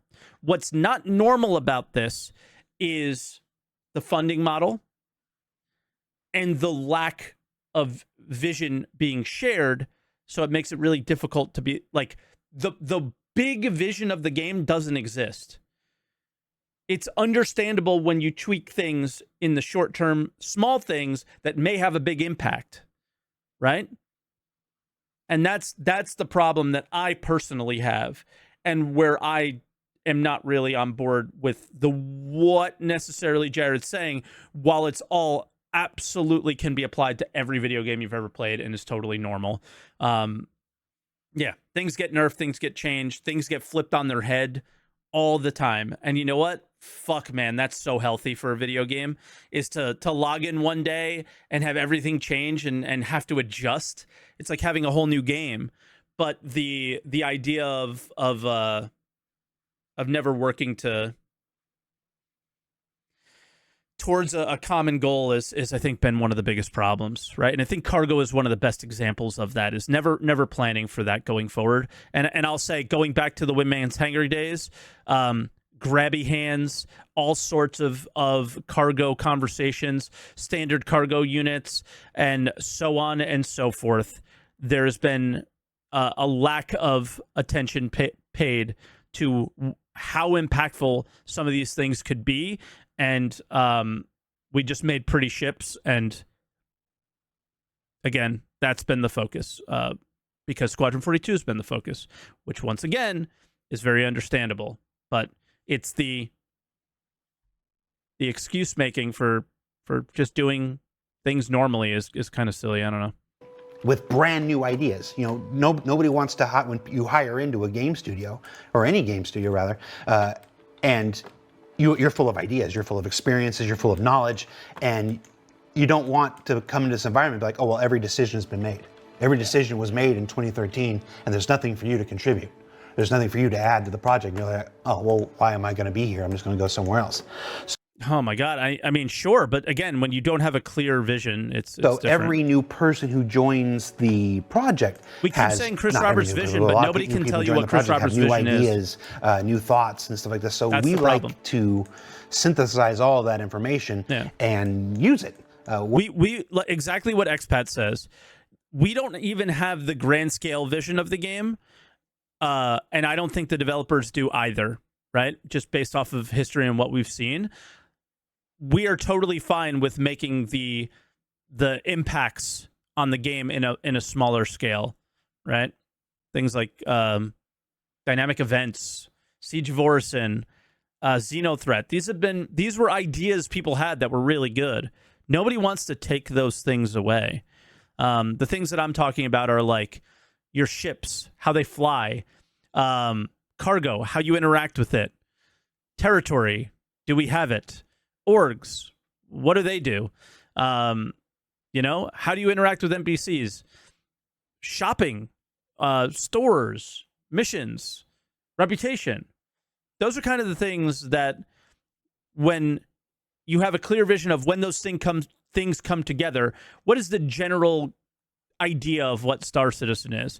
And the general idea of the best thing to point at, to the most problematic thing of this conversation that Jared is having, is the best damn space sim ever, the best universe sim ever, the best damn space game ever, the best MMO. It's an MMO. What's it going to be next year? We have changed the vision of the game drastically 35 times. So people are losing their minds because they paid for something that they thought they were getting, and then they get something different, right? Yeah, people got really pissed when they added survival mechanics to the game. I think it's great. I think it adds to the game. I think it's one of the minor things, personally, but I can understand if somebody's mad about it. So, yeah, it's the grand vision. One of my favorite things about CIG, I've said this before, is that we're never afraid of the better idea. It's when the better idea comes along, I'm still the only thing that matters is it, do we believe it to be a better idea? If we believe it to be a better idea, we go with that. Sometimes it's not. Sometimes we try a thing and it's not the better idea. It's like, well, we all thought it was the better idea. Yeah, now we know it's not. Let's look for another better idea. That's game development, not game construction. But that's the reason why there's not a whole lot of time. And you'll find this at, I don't want to speak for every single game. Explain beams on everything. I mean, it's the better idea. Sometimes the simpler idea is the better idea. If I can defend them on that, you know? Game studio in the world. But you'll find this at quite a... Just because it's the easier idea, overcomplicating everything isn't always the best idea. Yeah, would you rather use trolleys? What's the alternative to a tractor beam? What's the alternative to medical? I think medical can go without the beams, personally. I think salvage could have went without the beam, maybe. Right? But I love the salvage beams. The simplicity of it is nice. So I don't think we have to, like, again, I think it's totally fine for them to make changes in these little aspects. But again, what's the grand vision of the game? Is it a sandbox? Is it an MMO? Is it a theme park? I think people are starting to call Star Citizen a theme park, which is weird. A lot. I mean, I've been in this industry since we launched World of Warcraft at Blizzard back in 2004. You'll find this in a lot of places, that you tend to spend your energy on the things that are right in front of you. This release, next release, and the release after that, because there's too much that can change in my world, energy in your has been world, spent in our in world, communicating the vision of the technological game world to everyone. That means that whatever plan you make for 3 years from now is likely not going to be in place 3 years from now, because there's just too many other variables that change it. So that's the I was going to say short answer. It's short for me. I'm not a very terse person. I tend to talk, but that's the Jared answer for why there's not a lot of time spent constantly updating old design docs of stuff that we're not going to be working on in the next 3 to 6 to 9 months. So that's when it comes time to work on those things, then we revisit the design docs and we make the decisions and the updates with the people that we have, with the technology that we have, with the process. Placing random boxes. And we find that that's a much more effective manner, and it reduces a whole lot of wasted time, and it reduces a whole lot of wasted Did you just say reduces wasted time? because we haven't filled your heads with a bunch of stuff that we're not certain we can do, which is what we used to do way back in the day. Yes, and I think that is right. But what's crazy is Jared just got done explaining that they're about the idea of we're planning on delivering 4.0 at a certain time. He just literally contradicted himself within 10 minutes of each other. It's like you don't say anything about game design, but you do the same thing for dates on when something's going to be released. Just listen to yourself. We're just I'm not holding back anymore. More responsible with the way he's behaving about me. It's like, bro, you just contradict yourself so fucking bad. What are you doing now? So what we're doing now is we're just creating a quick layout of our new overlay. So it's one thing having the overlay, we've changed the silhouette of the place, we've got some new gameplay area in there, but what else can we do to kind of make this more of an established place? So you'll see that we've already got a couple of these already. Those are the Trade Federation ships from Attack of the Clones. Yeah, they did literally look like them. There you go. No, they're not. Okay, never mind. Yeah, so again, on the landscape, you're coming in on your ship, you've got a read on the location, and then as you get closer, you're like, yes, I remember this one. It's the one with the 2 red columns.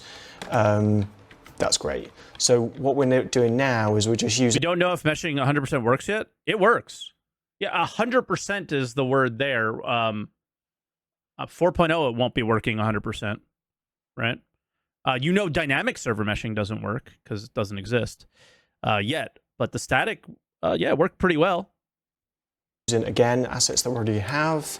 Yeah, so these derelict, we don't know if it's scalable. kind of That's containers. A better way of saying it. There you go. And from we've got these from an actual game developer in chat. Thank you, Will Meme for Food, former CIG dev there, clearing up the way we communicate like dummies to how we should be communicating. Thank you. Progress points around the location, but if you just go on head on with no cover at all, you're just going to get murdered. So it's kind of like, what can we give the player to give them an advantage over the occupants of this space? So these things will be, act as cover, but also you can get on top of them, so you can have more of a kind of like a higher look over the location. And then we also place them in areas of natural elevation as well, so that you can be on a hill looking in, going, okay, well, I know I need to go here. One of the more fun bit of level designs they did at the distro centers, the refinery. the catwalks and having to fight snipers and stuff. That was sick. Maybe I can get in through here, work around and go through there. So, okay, so now I'm going to trundle down. I really okay, enjoyed how's that it mission. looking now? Can I see any guard pass? Or this fence is blocking the way, so maybe I can go over here. I can climb up onto these boxes. Okay, the guards are not there. Okay, now I'm going to go in, and then you're in it, but you're. The crawl spaces, the stealth game was really good too. You I know need to what you're finish that getting mission into, actually as because it opposed bugged to- out for me. I'm just going to land and see how it turns out. So just a little bit of population. So let's just grab all this. This is the nickel version of level design.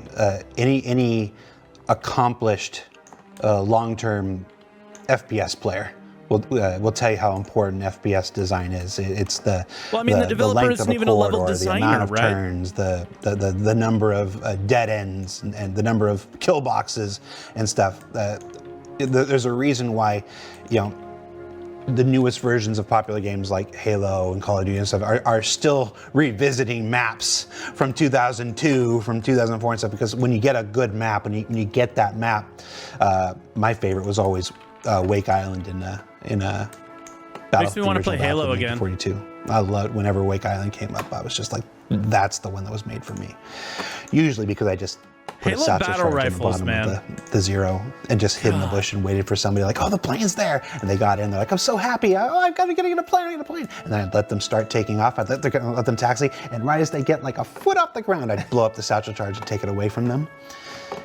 Oh, hello, export failed. I wonder why that is. Really didn't want this to happen, but you're going to actually watch me try and solve an error. If I can get the window open. Oh no. Console commands. Well, that about does it for this week's. yeah. Last hurdle. Oh, Elamine was so good. Oh, wait, it's down here. There it is. Oh, it popped up off screen. So, needs to have a pivot. That would help. Maybe it doesn't have it. No, that doesn't make sense though. Okay. It would already have one, surely. This is like, okay, It so my doesn't. brother It's- works oh. in development and he helps me with some things sometimes. So we'll be on the phone together while he's figuring it out. And this is exactly what it's like. It's It like, does. okay, I it know. can't be this. It's got to I be know that. the error.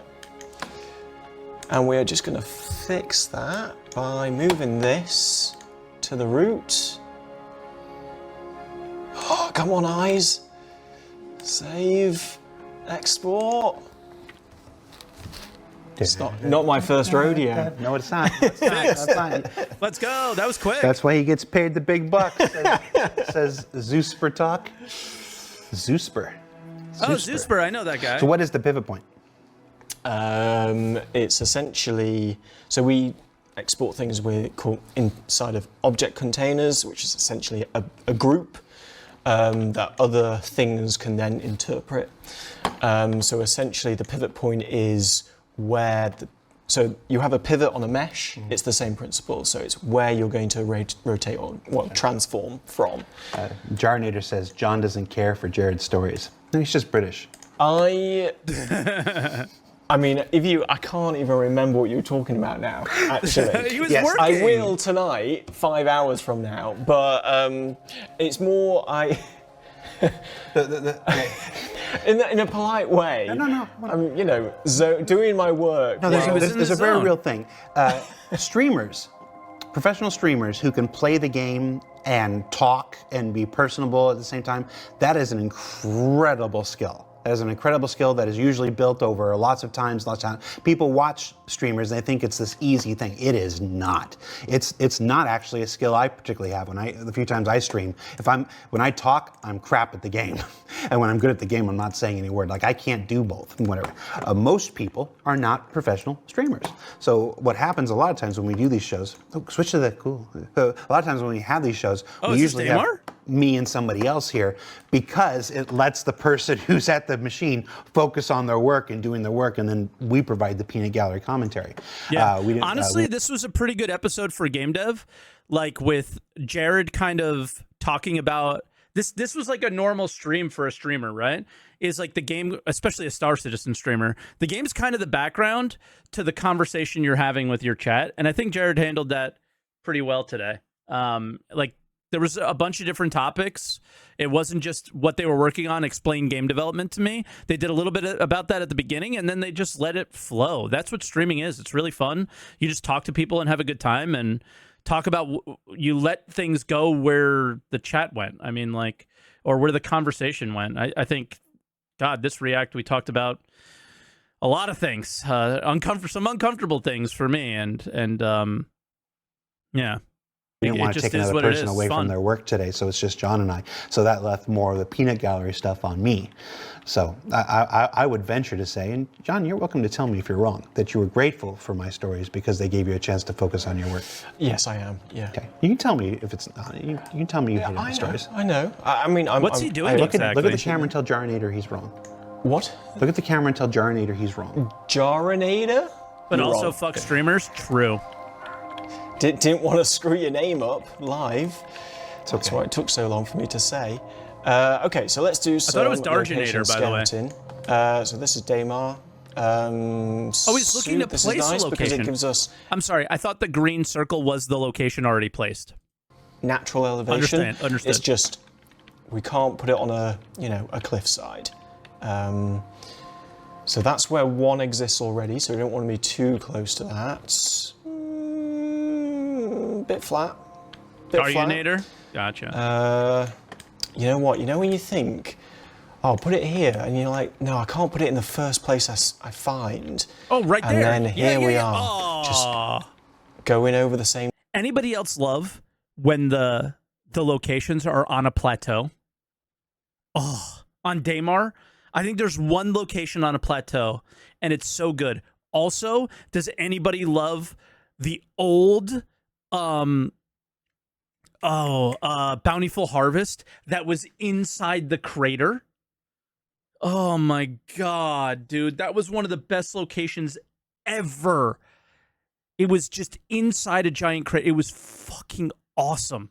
And now it's gone. It's not in a crater anymore. I really wish I'd stuck to that first one. And it's almost like I wish you could put like flow. Guys, sometimes new ideas aren't the best ideas. Sometimes the old shit was better. Flags down? Yeah. I'm gonna keep looking, but I want to put a flag here. Oh, okay. Maybe. It's all right. In the middle, you got nice. You got half of a valley going here. This doesn't look great though with all these things in, but I don't think you're being very artistic. I am, and I don't think I can do anything about it. Just put the damn. Deal with it. Sorry, let's just do that. No, Jared, this is him.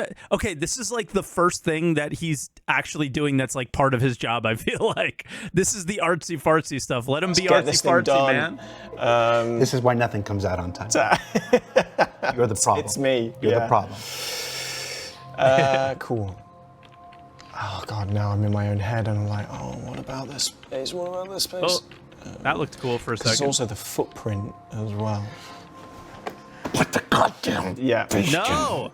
Okay, we'll do it here. We'll do it here. It's past time. Oh, yes, you're right. It's right, time so to go. we need a new layer, and it's called new layer, and we should put it in the right place, but we're not going to. And then we're going to use our old tool because we've got another one in development, and we're going to quickly. Hopefully, it doesn't crash. Hello? Okay, it was doing it. Right, so let's just go beep. It doesn't make that noise. That's just me doing it on top. Oh, Rastar, look at it, Rastar. You've got to keep it interesting. Right, here we go. I never make my own mouth noises for videos. Oh. And then we click. And hey presto. That is so underwhelming. And that's the Rastar system.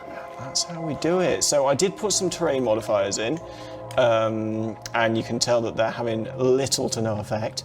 But I mean, it doesn't look too bad if it's meant to be abandoned because that's that's not going to work. That's the thing. Likewise on the other side. No. Go back. You show people what you did. But we can still adjust road leads it by to nowhere. Where's the transform? So we do it like this, and we just bump this up a little bit. Or rotate it, right? Maybe me move it over here a little bit.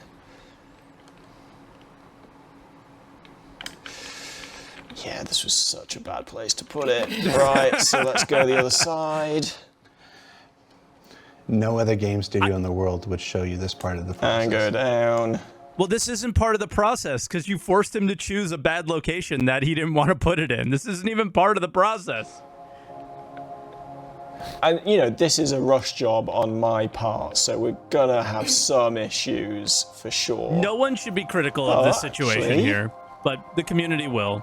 This is looking a bit looks better. so... All right. Yeah. So, yes, this could be a bit tidier, but that's fine. And this could be slightly tidier, but that's fine. It could be that we just need to move it up by It'll work. a meter.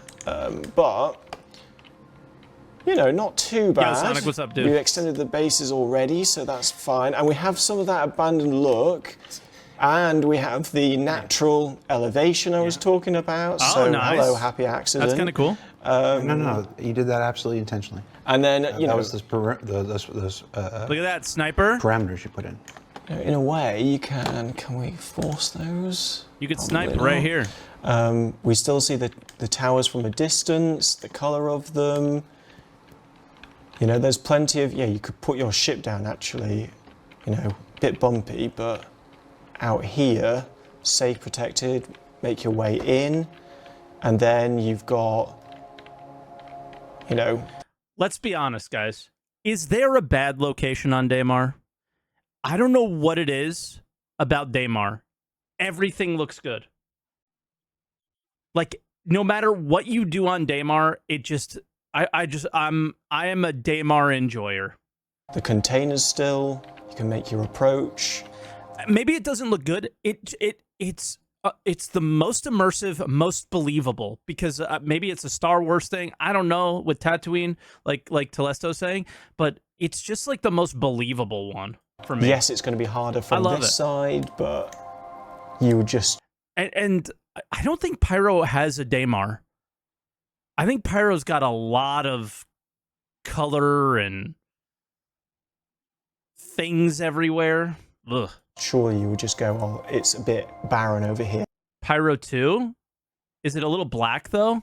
So I'll go around. And then it's kind of like, well, does it still look good? Pyro when 2. it's, I got to look back at you know, what the sun's Pyro back 2 was. I in. can't remember it right now. Look at that. Let's turn the...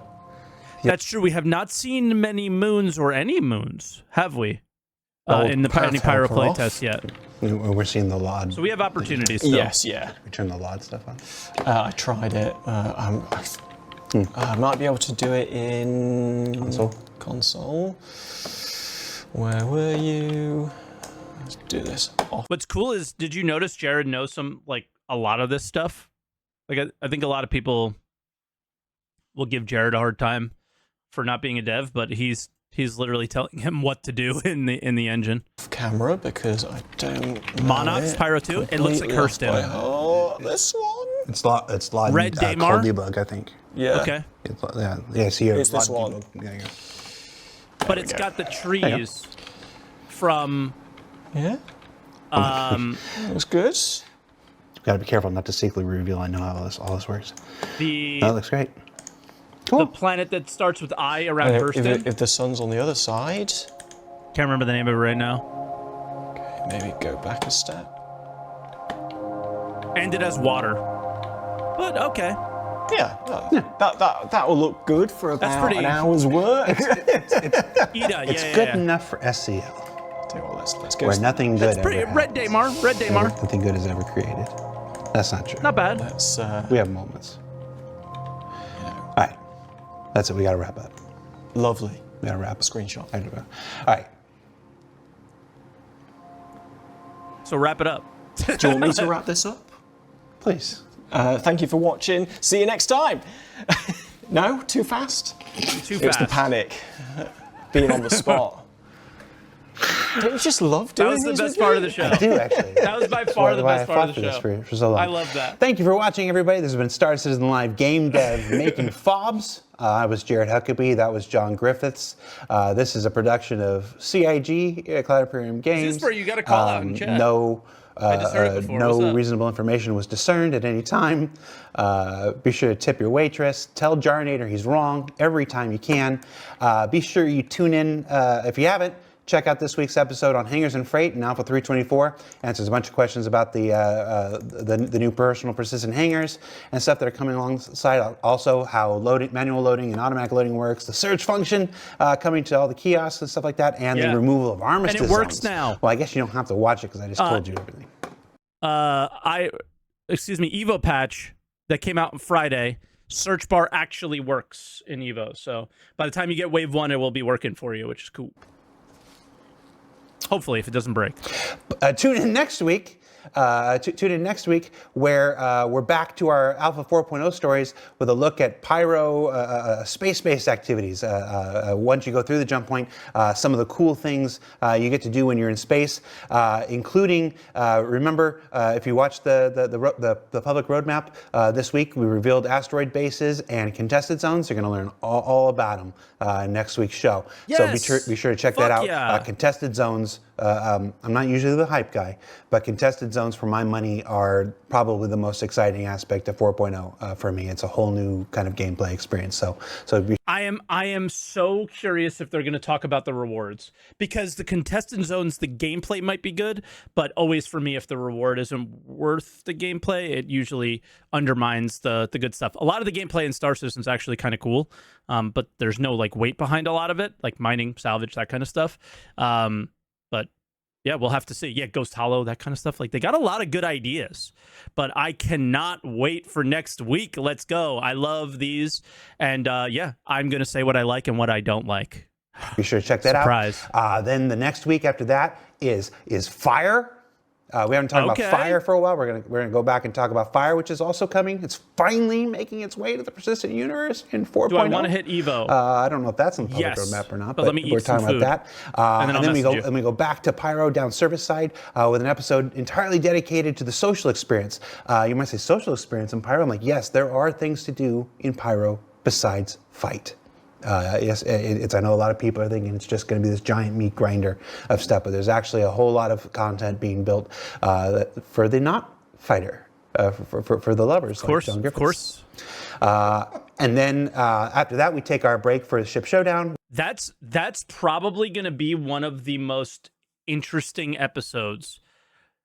Is what are you going through? What are you going for with Pyro? I'm really interested in that one. What are your ideas? What ideas did you completely change about Pyro?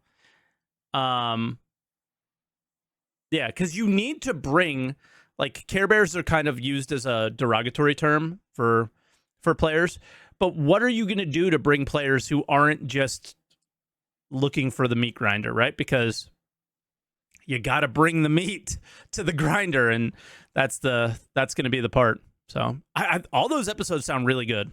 I'm excited for the lineup. 3 special, and then we're back to Pyro with an episode entirely dedicated to fighting, because I mean, there's a lot of fighting and a lot of cool new stuff to fight with in that episode. So check that out. And then after that, we're just it's engineering and life support and another creature feature and stuff. And it's just lots of cool stuff. The Zeus and MFDs. We got a lot of episodes as we between now and CitizenCon. So I don't. It sounds like they're not a high. Okay, that's kind of all right.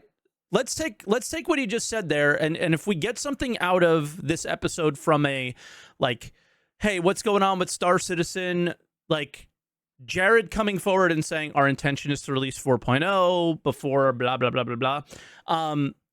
It's not that there's no drought; it's that they're not hiding 4.0 for CitizenCon. Okay, so their intentions are their intentions. And their intentions have always been honest and true. Have they ever achieved their intentions? Usually not, right? We talked about that earlier. But what did you guys think? What did you guys think CitizenCon was going to be? I have always, from the moment that they kind of shared some CitizenCon things, that CitizenCon will be pretty squadron focused. But on the stars, let's ignore Squadron. Ignore Squadron. What Star Citizen focus will be at CitizenCon? I really believe it's going to be a lot of 1.0 talk now that we know that, But yeah, Nyx, maybe a little bit of base building, right? Because we know that that's in development now. But I think it's going to be the road to 1.0. We're going to hear maybe some roadmap stuff from Jake. Maybe Jake's going to go on stage. That would be crazy. But I'm thinking more of I think we're going to see a bunch. Let's say a few or a couple of star systems that are in a state that we've seen Pyro in the past, which is we may see them jump to those star systems, like fake jump, because they're not real and they're not connected in any way to the game, right? They're not showing us a Gamedev branch when they show us these things, or a live branch or anything that we intend to touch anytime soon. But I think we're going to see a number of star systems that are in a varying state of finished, which is probably not going to be very finished, but I think we might see a few systems, whether they're all connected to Stanton, like Abe is saying Magnus and Terra, probably not. I think we might see maybe a more linear chain and what makes sense and maybe what's simpler, what's easier. I definitely think Nyx is going to be one of them because a lot of the work was already there, but I just think that's the Star Citizen focus. I think we might hear some economy stuff. I think we're going to see a very early look at other star systems. Whatever those star systems are, go away, imagine, and dream about which one you're so more excited to see. That might be somewhat related to connected to Pyro or connected to Stanton, or something that's connected to that line of that. But I think you're going to see economy. I think you're going to see reputation again, and then maybe we'll see some base building, blueprint, crafting stuff. But I think it will be a pretty squadron focused one.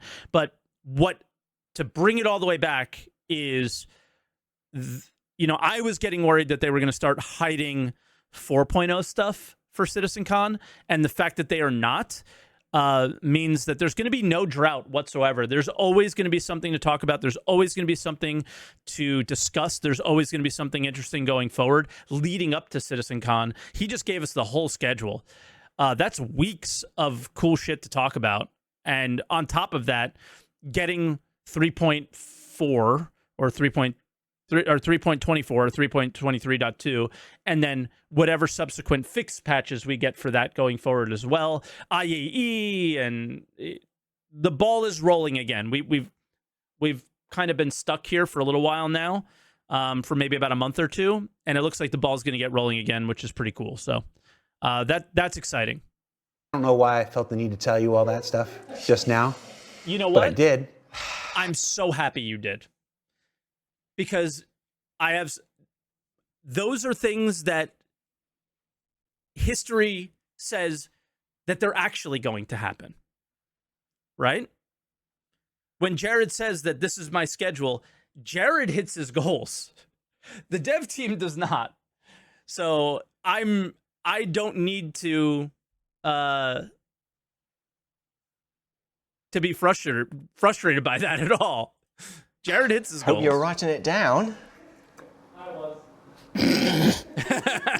I really do keep most of this stuff in my head. Thanks for watching. Take care.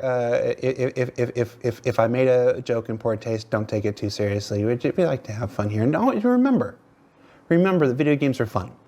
And making video games are fun. And this whole process is supposed to be fun. So if you find yourself skewering to the side of, as long as we can handle the back and forth, Jared, it's fine, but it just doesn't feel like we can handle the back and forth. angst I can take it. And distress and stuff like this, it's okay to take a break. It's okay to take a break. Oh, we have an and find emote the for fun that, again. guys. This is important to remember. It's always supposed to be fun. So thanks for watching. See you next week, everybody. Bye. We have a good emote for that. Yeah, so that was an experience, but I'll take the ending away as the best part of. We got a lot of exciting stuff coming forward. No hiding anything that's coming soon for CitizenCon, which is sick. I think we're gonna get probably a pretty similar CitizenCon experience to what we did last year. Is a lot of PowerPoint-ish presentations, something that is presentable but maybe not playable very easily, right? So yeah, let's learn from last year's CitizenCon as a community and understand that whatever they showed us at CitizenCon might be a little bit more challenging to deliver in the actual game, rather than kind of they presented it as it was going to be pretty easy, and turned out not to be. So, lesson learned there, and I'm excited for whatever they, whatever direction they're taking things in, because so far the direction, the road we're on, or the path, I love the path we're on. It's just about delivering on that stuff. So I'm super hyped. Definitely hyped for next week, man. Holy crap. I can't wait to hear about those asteroid bases. And I forgot the name of the gameplay, but it seems like it's going to be a lot of fun. So crazy day, but I'm not going nowhere. That's the theme of this episode. I'm going nowhere, brother.